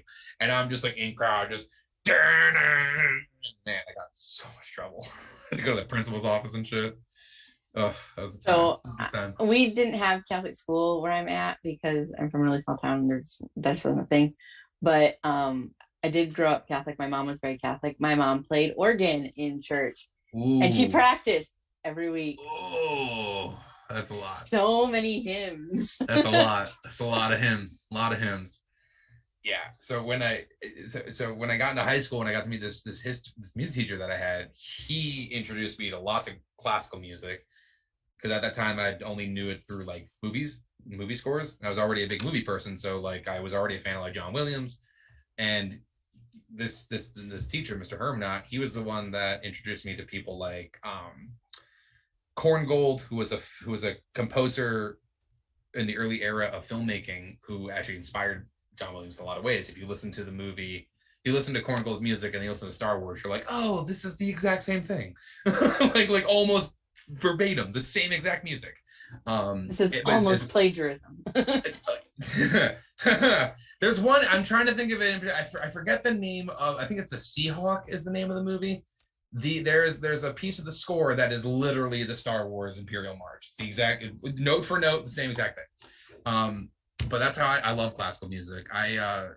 If you've never gotten to see a symphony or anything live, I highly encourage it. Like if you love, because as someone who likes to go live events and stuff like that, there's something so profoundly cool about seeing like somewhere between like 50 or so musicians collectively playing this one piece of music. All because like as much as I love, and I've seen many bands, I love plenty of modern music. I love it. It's great. But as great as it is to see like Pearl Jam killing it with all 5 of those dudes, something about like a full orchestra like all working together to make that like collective sound that just like hits you like a ton of bricks. Like I got to see Hans Zimmer, the film composer Hans Zimmer. I saw his live show, and when he played the Lion King music, I just cried, just weeping, uncontrollable weeping, because I was like, this is so emotional right now. that was a good show. Hell yeah. So yeah, lots of music. So I'm a snack person, and when I'm on long drives, I'm a snack source track, so I like snacks. What are your like go-to snacks? Well, I'm a big person. I like snacks. As a big guy, I like to eat. I have a weakness for little snack cakes. So like Little Debbie's or Tasty Cakes. Like whenever I see a Wawa, you be knowing I'm getting my Tasty Cake on. A big sucker for like yodels, those kinds of things. Like I love like probably shouldn't, but whatever. But those are big. But then I also I really love chewy granola bars. Like, and I eat them like you're supposed to have one, right? Not like 5. Like one box. Yeah, like I need a whole box of them, man. Like they're tasty. And then like because they're granola bars, I'll tell myself that they're healthy. I love honey roasted peanuts. Love honey roasted peanuts. Like this is one of my things that I always take with me on rides. When I'm doing long rides, it's usually a bit of candy, something chewy. I like a sour, like a Sour Patch Kid. Excuse me. Gotta have plenty of the devil's lettuce with me, of course. Gotta have plenty of that to not while operating a vehicle, because that's not what you do. It's not how you're supposed to use that. One thing I really enjoy doing when I'm driving, and when I'm in new locations, is I love diners. Diners are my favorite type of restaurant, and I will go out of my way to find a small local diner and have 9 times out of 10 I will order 2 egg scramble with cheddar cheese with corned beef hash and rye toast And like that's my like, if you cook that, you can do anything. Because when I was a chef, I was taught that eggs is the ultimate test. Ultimate test of food service is if you can cook an egg properly. Because if you cook an egg properly without burning it, you're God, because they burn so easily. So yeah, so that's my big thing. Is I'll usually, when I have my snacks in the car, is like usually a thing of honey roast peanuts, bit of candy, usually a snacky cake or two, and then a gigantor bottle of water. I usually have like a liter bottle with me somewhere, a big old bottle of water, and coffee. Lots and lots and lots of coffee. I love coffee. I drink like 4 cups of coffee a day. It is my favorite beverage. It is my favorite, probably my favorite food is coffee. So do you have, like, usually when people travel for wrestling, especially it seems for wrestling, there's usually at least one really good travel story where like something crazy happened, or like you almost died, or it was just like a series of like really hilarious events. Like, do you have a good travel story that you can share with the class today? You know, I don't. I mean, like, I've been fortunate that I haven't had too many crazy travels. I will say, most recently, one of my most recent drives was we did Showabunga in the H2O Center, which is at the bottom of New Jersey. And then the next day, I had to be in Long Island to do production for another show. That's about a 2.5, 3-hour drive, right? Now, I got up that morning, and it was overcast, but it didn't look like it was going to be too bad. I started driving. I got like maybe 10 minutes into driving, and a torrential downpour, that to which I have not seen in my life in many years, just followed me. And I mean, like, I felt like Daffy Duck when he's mad and the cloud just following him. Like, that's how it felt. Like, it was insane. The amount of water that was pouring on my car. I was like, is this a joke? Am I a joke to you? And during that storm, this was a kind of scary. An 18-wheeler like decided it's my time to change lanes, and just without looking. And I was, if this is like the whole 18-wheeler, like my car was like here, and he was just like, this is my lane now. Yeah. And that was not fun for me. That wasn't fun for me. So that was rough. So then I ended up getting to the venue I needed to get to, and unfortunately it was upsetting. It was unfortunately triggering for me in some ways. So my brain went into shutdown mode. So I was like, I need to go somewhere else for a little bit there, guys. And they're like, are you okay? And I was like, no, I'm not. So I went. Now that you mention it. now that I can talk about it because I'm alive. Yeah, I'm great. Thanks. I went and took like a 3-hour nap in my car. Nice. But yeah, it was a much needed like 3-hour nap. But yeah, that was a crazy day. The only other like fun travel story I have was one time I'd worked with this guy for a little bit. Is that me? No, I don't know what that was. Sorry. I think my watch beeped. Anyway. What year are you in? Yeah, right. What are you doing? Who told you to beep? Anyway, I was trying to talk to my watch beeped at me. Oh, right. So anyway, one time I drove quite a distance to this guy who I had worked with a few times and had stiffed me multiple times. This guy had stiffed me. And at that point, I was finally like just pissed about it. I was really mad. And I got to this location. It was a shitty place. And I was fucking mad because like this was just grimy. And I went over to the promoter and I was like, I need you to know that I just drove 4 hours to tell you that I'm not working for free anymore. So whatever piece you need to make with that right now. So you're either paying me for do this gig or I'm going to go drive 4 hours back home. And he was like, no, hold on a second. I was like, thank you for the answer. I appreciate it. I'm glad to know that that's, no hard feelings. That's okay. I understand that you thought you were getting something for free. That's okay. I am now done here. And I got in the car and I left. So that's another really good time. And I need anyone to hear me now know that This wasn't like a power move. This wasn't like meant to be a dick. This is someone I had worked with multiple times, but stiffed me on multiple occasions. And not for nothing, but pay your talent. Like, I know that's apparently a hot button issue these days. That's a good thing to bring up this week.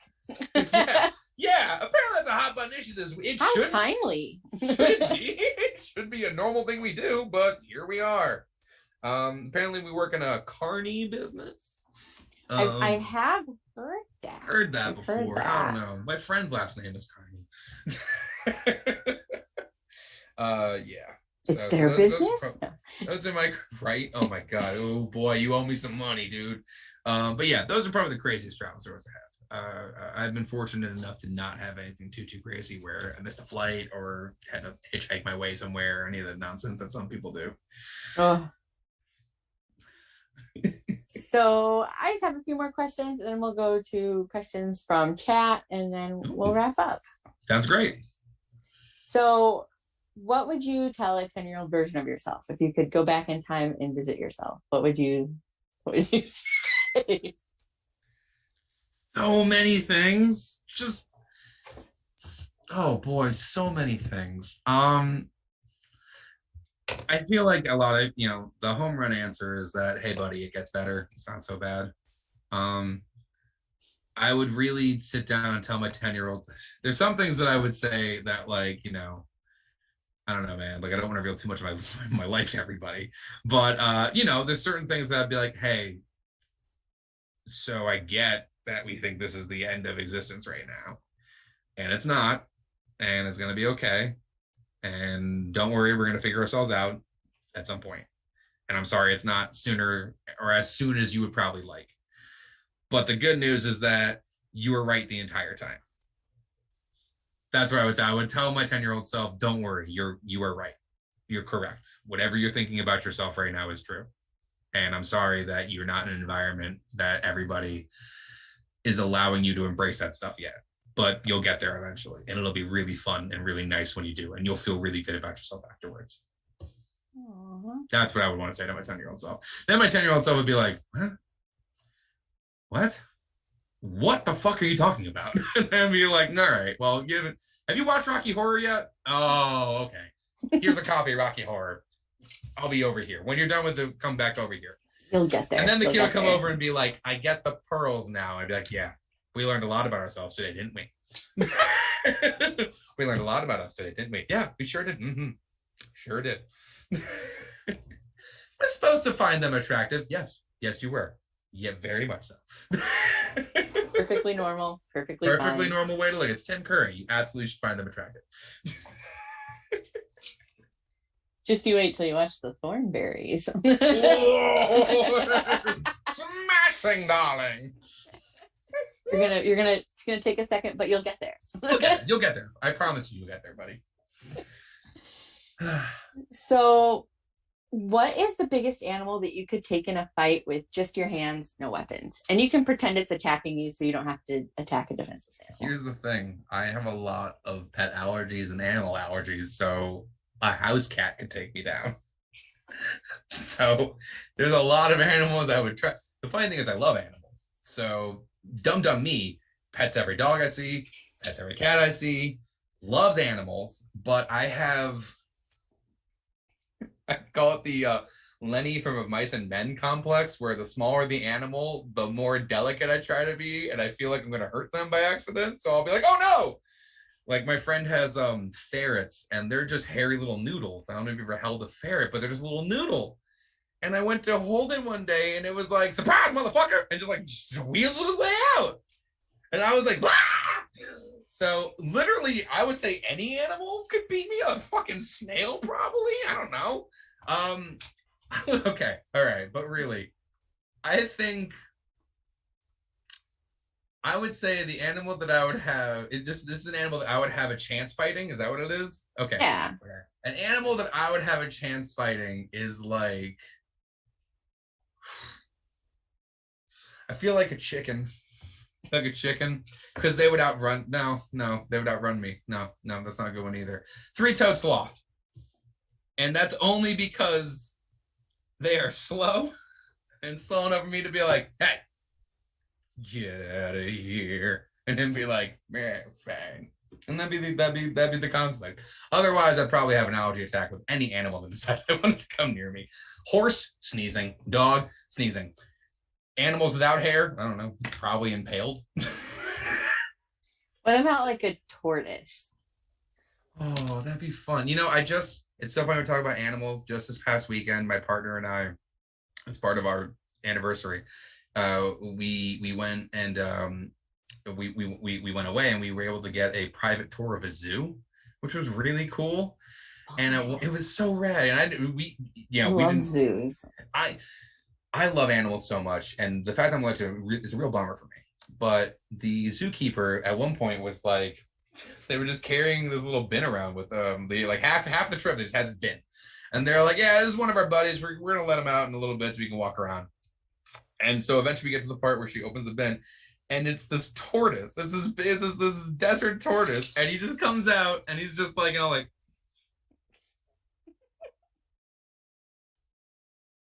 Let's go.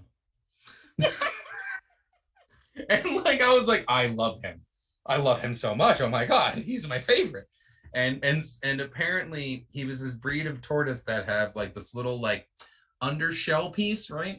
And what they do with it is they choose the woman was explaining to us that they'll either use it like rest their chin on when they're sleeping, or if they're eating a really big piece of something, they'll leave it as a plate, or it's actually used for flipping over other tortoise. So this thing would just come over to like a shoe and try to like flip it like it was a tortoise, and then it wouldn't happen, and you could just see it be like, all right, this is the one. This is 1, 2, hit. Damn it. What am I doing wrong? And then like you would just seem like kind of like slink over to the corner, and then like the three of us would be talking, my partner, the zookeeper, and I. There was like an antelope I was petting, next to me or whatever. You would just see this turtle like get himself in position again and be like, "This is the winner." Like, fuck, I'm gonna do it this time. I'm so excited about it. Damn it! Like I've never seen an animal make the son of a bitch face before, but man, this little tortoise was like, God, what am I doing wrong? This is how it's supposed to go. Like he goes like inside of his shell. He's got like a little like he's got like a map, and he's got like he's got like an abacus. He's got the equations. He's like, I don't. He has like a little manual, but it's not in tortoise. On using your shell. The book's upside down because he can't read. It's like in sea turtle. I think it's the right one. I didn't get oh God, I knew I should have paid attention in sea turtle class. Oh, goodness, that's funny. So how do you take your pancakes? Ooh. So my first job in food service was at a breakfast restaurant. I was a little baby Brandon. I was a dishwasher. And my chef made apple cinnamon pancakes. Just blows your mind. So it was so good. He would roast off the apples with cardamom, nutmeg, cinnamon, little vanilla, with vanilla beans, not like the syrup. You take the point of your knife. For those of you guys who don't know how to do this, you take a vanilla bean, slap it down the table, take the point of your knife, cut it, and then you're gonna drag it across the inside of the bean, get all that nice vanilla seeds out there. Delicious.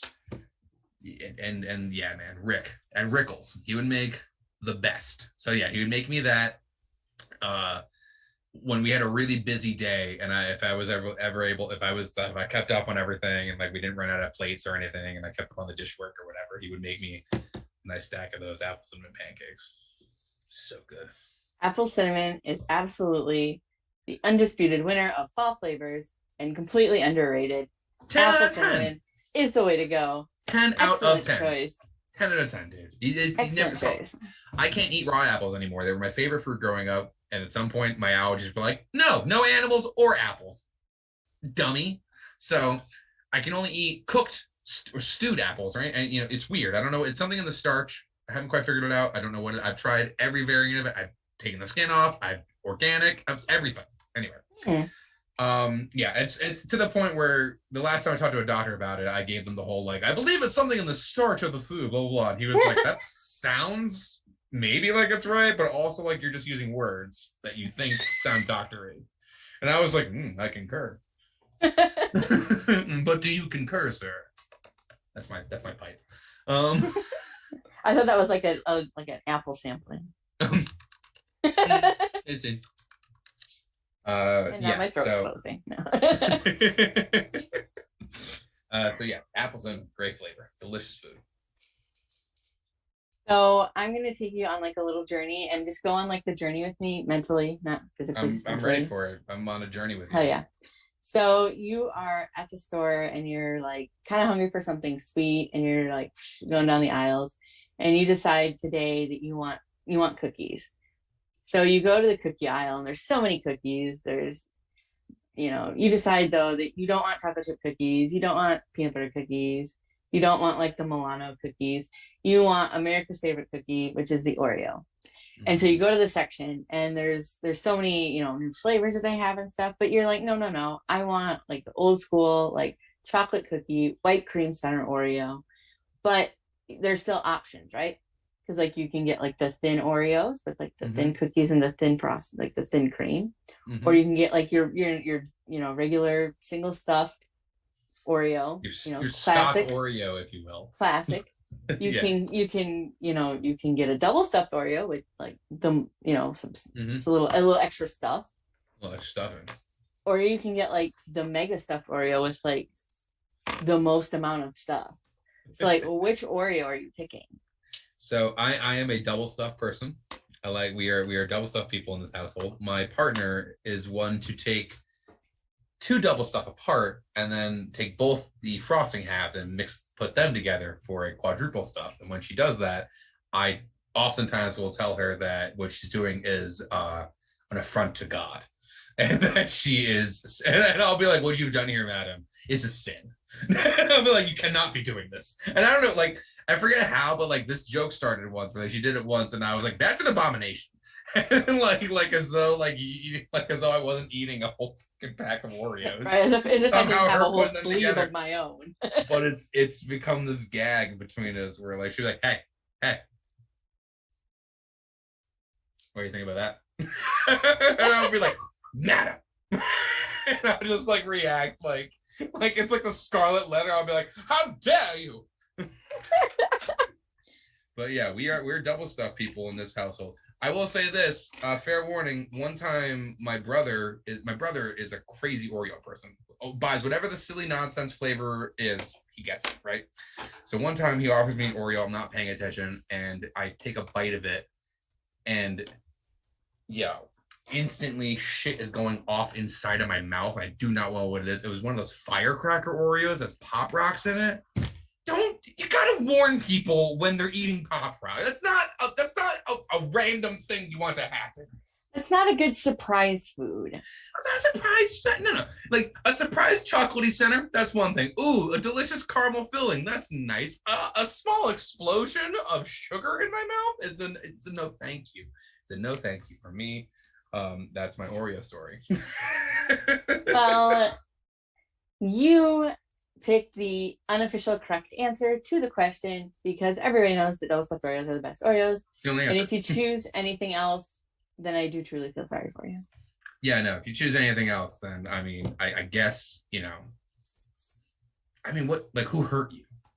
Like you choose a single, like if you have the option of double stuff or single stuff and you're like, I'm going the same, or the thin Oreo, that's just the I'm lying to myself Oreo. Right? You're just like, oh, I can't wait to have chocolate wafers. Right? Like, why are you? What are we doing? I don't get the appeal. It's the type of thing where it's one of those products that they make because they know there's like, some like crazy, like, and I hate the stereotypes, some like crazy housewife who is just like, but they're the thin Oreos, so it's not like eating like a lot of them. It's fine. You're like, no, Megan, that's still a whole bag of Oreos, but they're thin Oreos. And you're like, but there's still so many There's still so many Oreos, and it's like you're gonna do it. You might as well just 30, bro. You might as well just go with this. It's like eating Fig Newtons. You're like, that's still a cookie. Like, just because there's fruit in the center of it doesn't make it healthy. You're like, no, it's fine. It says Nutri-Grain bar on the side. Just eat a better cookie, bro. Eat a better cookie, fam. Come on. And on that note, I defer to Christopher to see if there are any questions from the chat. We do have a few questions from the chat, but I just want to say that it was lovely sitting in the wings, just laughing my ass off at this entire 2-hour interview. It's been wonderful. I'm so glad, y'all. Thank you for having me. This has really been a gem. 2 hours blew by. Like this was a very easy chat. Speaking of chat, give me them questions. Give me them questions. All right, we got a few questions from the chat. Let's roll through them. So we have one question from Vic here. I had to clarify because I did not know what the question meant, but they said that you will know. Are you Team Joel, Team Mike, Team Jonah, or Team Emily? Who the hell is Emily? Team Jonah? Why do I know that? I don't know. I had to clarify. You don't know it? I had to clarify. MST3K. Oh, there it is. Okay. Sorry. At first I was like, why do I know this? Okay. I knew all the names. I'm like, why do I know all of that? Okay. I'm a Mike T. Nelson. I'm the OGs. I remember like watching on Sci-Fi Channel back in the day, man. Like I remember when the movie came out, like the Mr. Sassy 3000, the movie, which is like just like a one-off episode they decided to make a movie out of. That's the winner. I think Mike is the one on that one. So that's the answer. All right. Next question. What is your go-to karaoke song? Oh boy. That's a loaded question. I love karaoke. It's like, as I'm sure you can I don't know if anyone's gathered this at all. Kind of like attention. My go-to song is Tribute by Tenacious D. I've often been known to either remove an article of clothing, climb on top of tables, or sing to people who are not paying attention to me while that song is on. Sometimes all three at once. When I quit one of my what at the time I thought was my last job in food service, jokes on me. We all went out to a karaoke bar and I started singing Tribute, and there was this one table directly in front of me of these two women who were just like, they were just like having a conversation or whatever, but I had enough whiskey in me to be upset that I was singing and these people were not paying attention to me. So I definitely like got on this bar table, and Val, you met me. For those of you who have not seen me, I'm 6'1". I'm like over 300 pounds. I'm a big person. I'm a big person. I'm like crawling on this table, like singing Tenacious D at these people, not to, at them. So that's one. Another one, and actually, it's funny you mentioned karaoke. I met my partner, and the night that I met my partner, I made all of my friends and her go to another bar where I knew they had karaoke, and I sang James Brown's Sex Machine. And here we are, somehow 12 years later. So James Brown and Tenacious D, those are the two go-tos. I said, oh, feel good now. Ah! Say it again. Yeah, you can do it. It's just fun to do. I did like the split and everything, and my friend like draped the coat over me, like the Living in America video. It was actually pretty great. Living in America. All right. See, all I'm hearing is I need to go to karaoke with you. I have been trying. My dream event truly would be indie wrestling karaoke. That's my dream event. If there's one event that I could do, it would be to host a big indie wrestling karaoke show where we get a bar on board for one major, like, you know, one of those major like weekends, and some, you know, I don't know, it doesn't have to be Mania, but whatever. That's because I've seen enough videos of wrestlers doing karaoke to know how entertaining it is and know how much fun it would be. And I think enough people would have such a good time with it. And, you know, so anyway, that's like my dream project. In a dream world, that's where it'd be Brandon Hamilton presents indie wrestling karaoke, and we would all have the time of our life, especially when we got to the point where we were saying Black Parade and everyone just started crying and like losing their fucking mind. And it would be a special on IWTV. Just imagine a sea of wrestling fans, like half in the bag, just we'll carry on. Like, it'd be the best, man. I'm here for it. I am in the middle of tweeting this out because this has to happen. I want it so bad. It's all I want. It's all I want in this world. Listen, we can do the Bald Monkeys presents. That is exactly what I'm tweeting. I'm just saying, you got a host now. I'm right here. I'd love to do it. I sing. Sometimes I dance. So what are you doing the first weekend in August? And how do you feel about Tennessee? Ooh. One of my favorite places on this earth is Tennessee. That's not even a joke. I love Tennessee. Like, I have family from Tennessee. Murfreesboro, Tennessee. I tell you what, I love it down there. I mean, Dolly's from Tennessee. Patron saint of everything. Dollywood, the greatest. Veda knows. Veda Scott knows. Veda and Speedball Mike Bailey, they know. Dollywood is the best place. It is superior to Disney World. Let's do it. I'm tweeting. Don't worry. It's out there now. I love it so much. It's out there now. Audience, give it to us. Amazing. When you said tribute, I went into a roll of laughter that lasted basically the entire time you started talking about the story of you climbing on the table. I do the whole like I do like, oh man, like I've been doing the Jack Black bit for a long enough time, man. I can do the high kicks and everything. Love it. It's such a fun song. Okay, we're making that happen. The Bald Monkeys presents Independent Wrestling Karaoke, hosted by Brandon Hamilton. Yes. Already working out so well for me. Okay. Let's get to the questions because we might not ever get off the air here. Sorry. Don't be sorry. Do you play an instrument? I do. I play guitar. That is the primary instrument that I play. I started playing guitar when I was like, I don't know, like 11 or 12.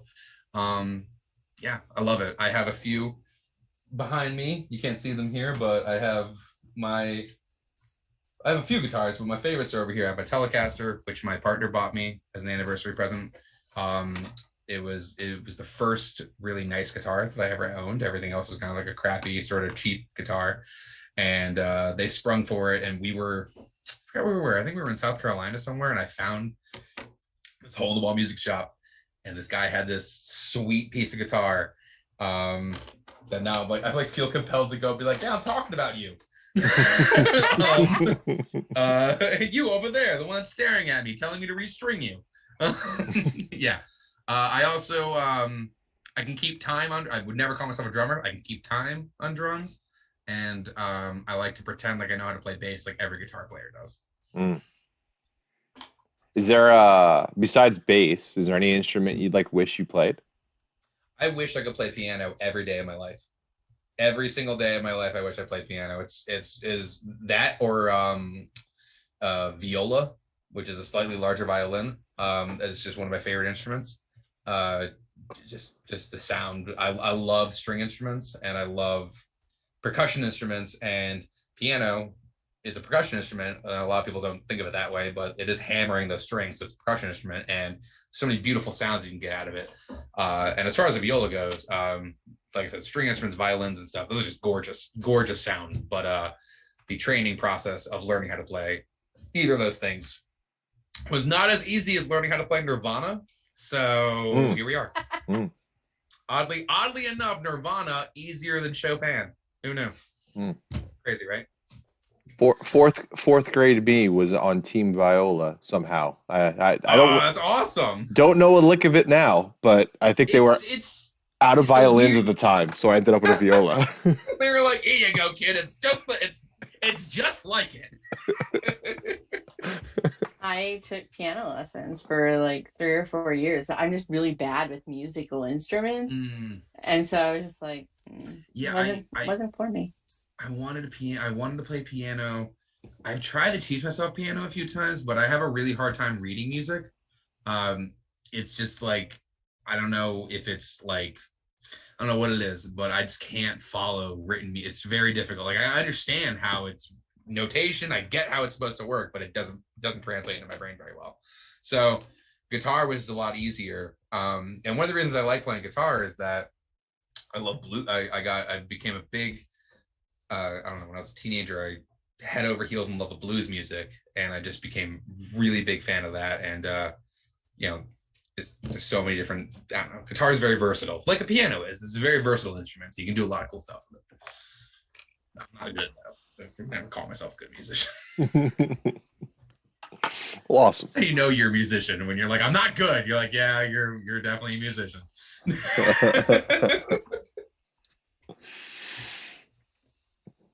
Well, thanks for sharing that. We have one last question. It is from our VIP Vic in the chat. It is his staple question. In your opinion, who has the best gear of all time?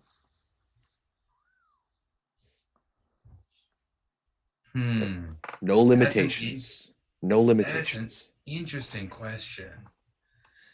Now I'm going to answer this in two ways, because we were just talking about music and guitars. So when you say gear, my first thought was, who has the best guitar gear of all time? So the answer there is Eddie Van Halen. Whew, shit is awesome. But I think when it comes to wrestling gear, okay, this is going to seem like a really weird answer, but hear me out. It's Stone Cold, but it's because the black trunks are so perfect on him, in that Stone Cold needs literally nothing else.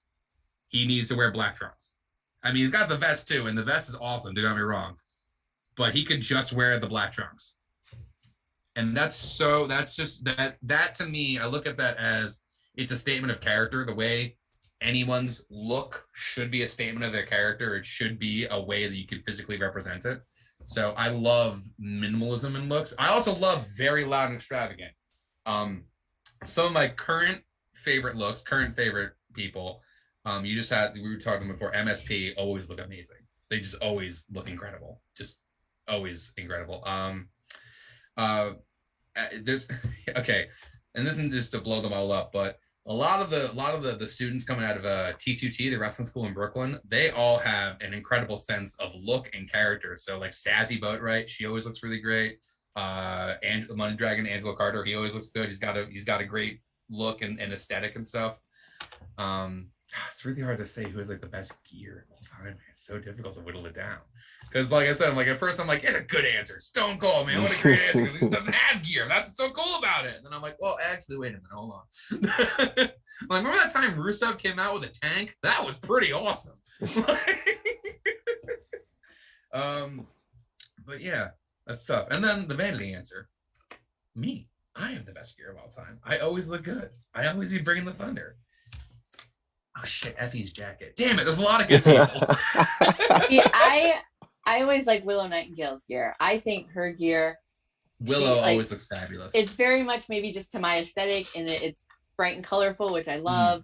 There's sparkles. Who doesn't love sparkles? It matches her. It's exactly what I was just saying before. Willow's gear matches Willow. Like, Willow is an absolute gem. Such a sweet person. She was at Showabunga. What a sweet person. Truly. Actually, the first time I met her was the night I met you in Texas. She was on the show before that, and I briefly saw her and was like, oh, hi, how are you? And I introduced myself to her, and I let her know, hey, you're doing this show for Wrestlers Lab. I'm going to be there then. Nice to meet you.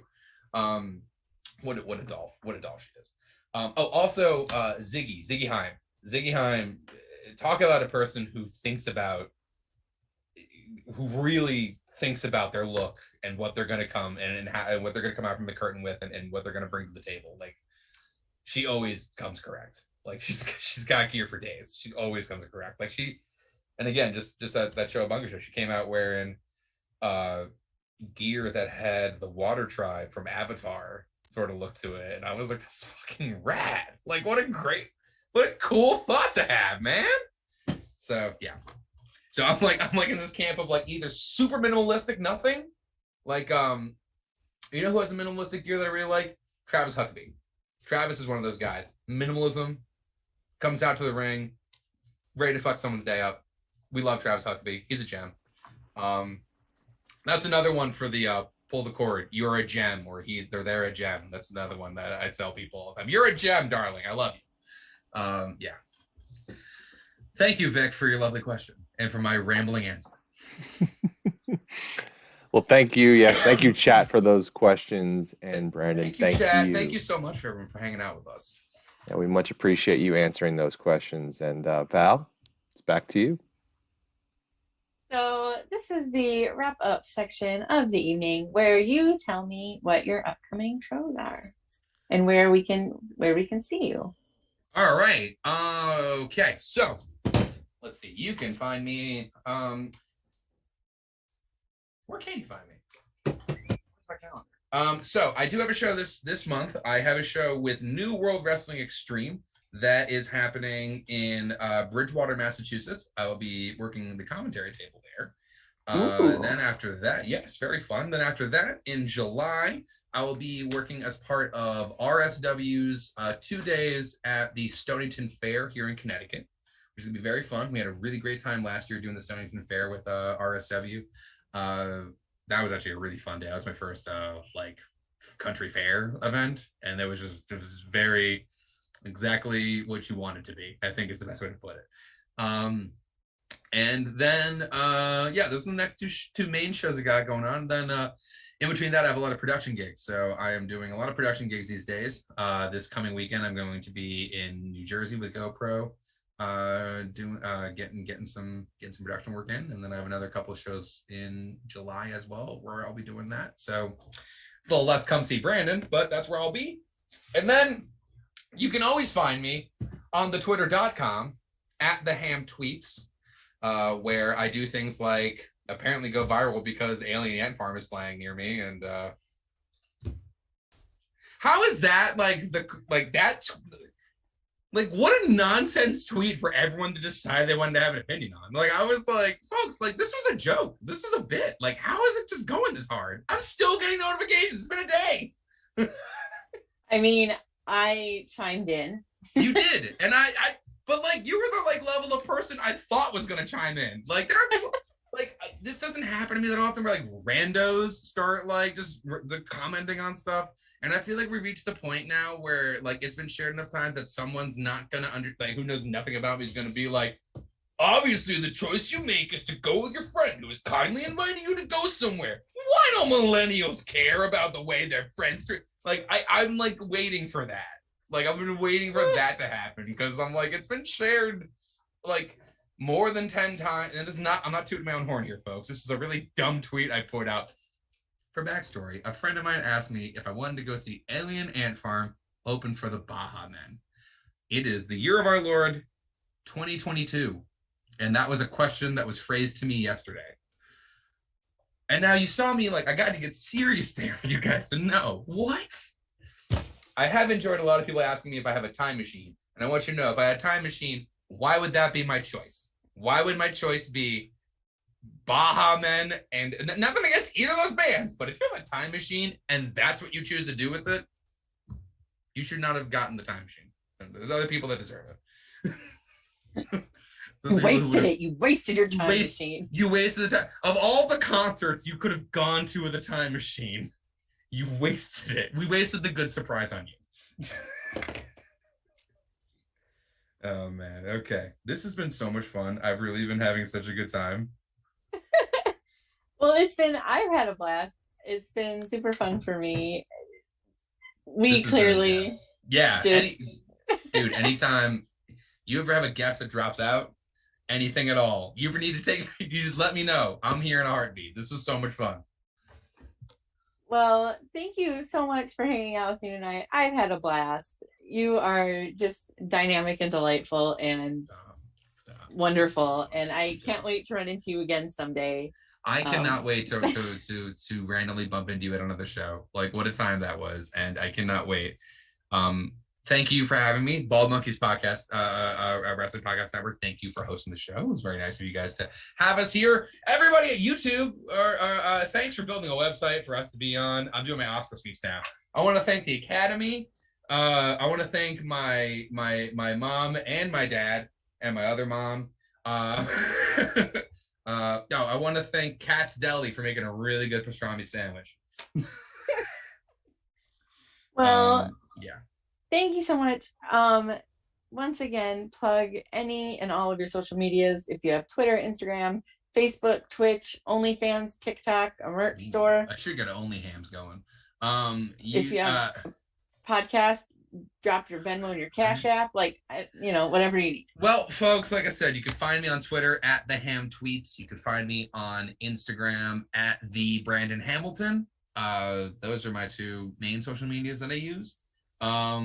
If you feel so inclined as to ever give me money, I'll take it. I do have on my Twitter bio, there is a link to my Brainbuster Tees store where I do have some designs that I have up there. I haven't added one in a while, but I do have some fun ones, like the My Hammy Vice one is always fun. I also have one that I enjoy that is to Van Halen, like a Van Halen symbol. I thought it was cool. I don't think anybody else cares, but I love Van Halen, so it doesn't matter. I basically made that shirt so I could buy it, which I do feel like a lot of wrestlers do that anyway. So that's it, folks. Find me on Twitter and Instagram, and tell your favorite promoter to book the Ham on their next show, because your show could also use somebody who's professionally loud and really adorable. Super adorable. Thank you so much for hanging out with me tonight. Thank you, everybody in chat, for being here and watching us and giving us some cool questions. Make sure to tune in next week right here on the Action Wrestling YouTube, where I will be circling back with the creative director of New Wave Pro, Mr. Earl Joseph, and that is ahead of their show on July 2nd. I think it's called Mob Rules. I should have double checked it, but I'm pretty sure that's what it's called. And I get to go. I actually get to go to the show in Indiana, which I'm very excited about. So be sure to come back next week and listen to that. Thank you once again, Brandon, for hanging out with me tonight. You have been absolutely wonderful. And thank you, everybody, for hanging out as well. Thank you, everybody. It was such a wonderful time. Thank you guys for having me.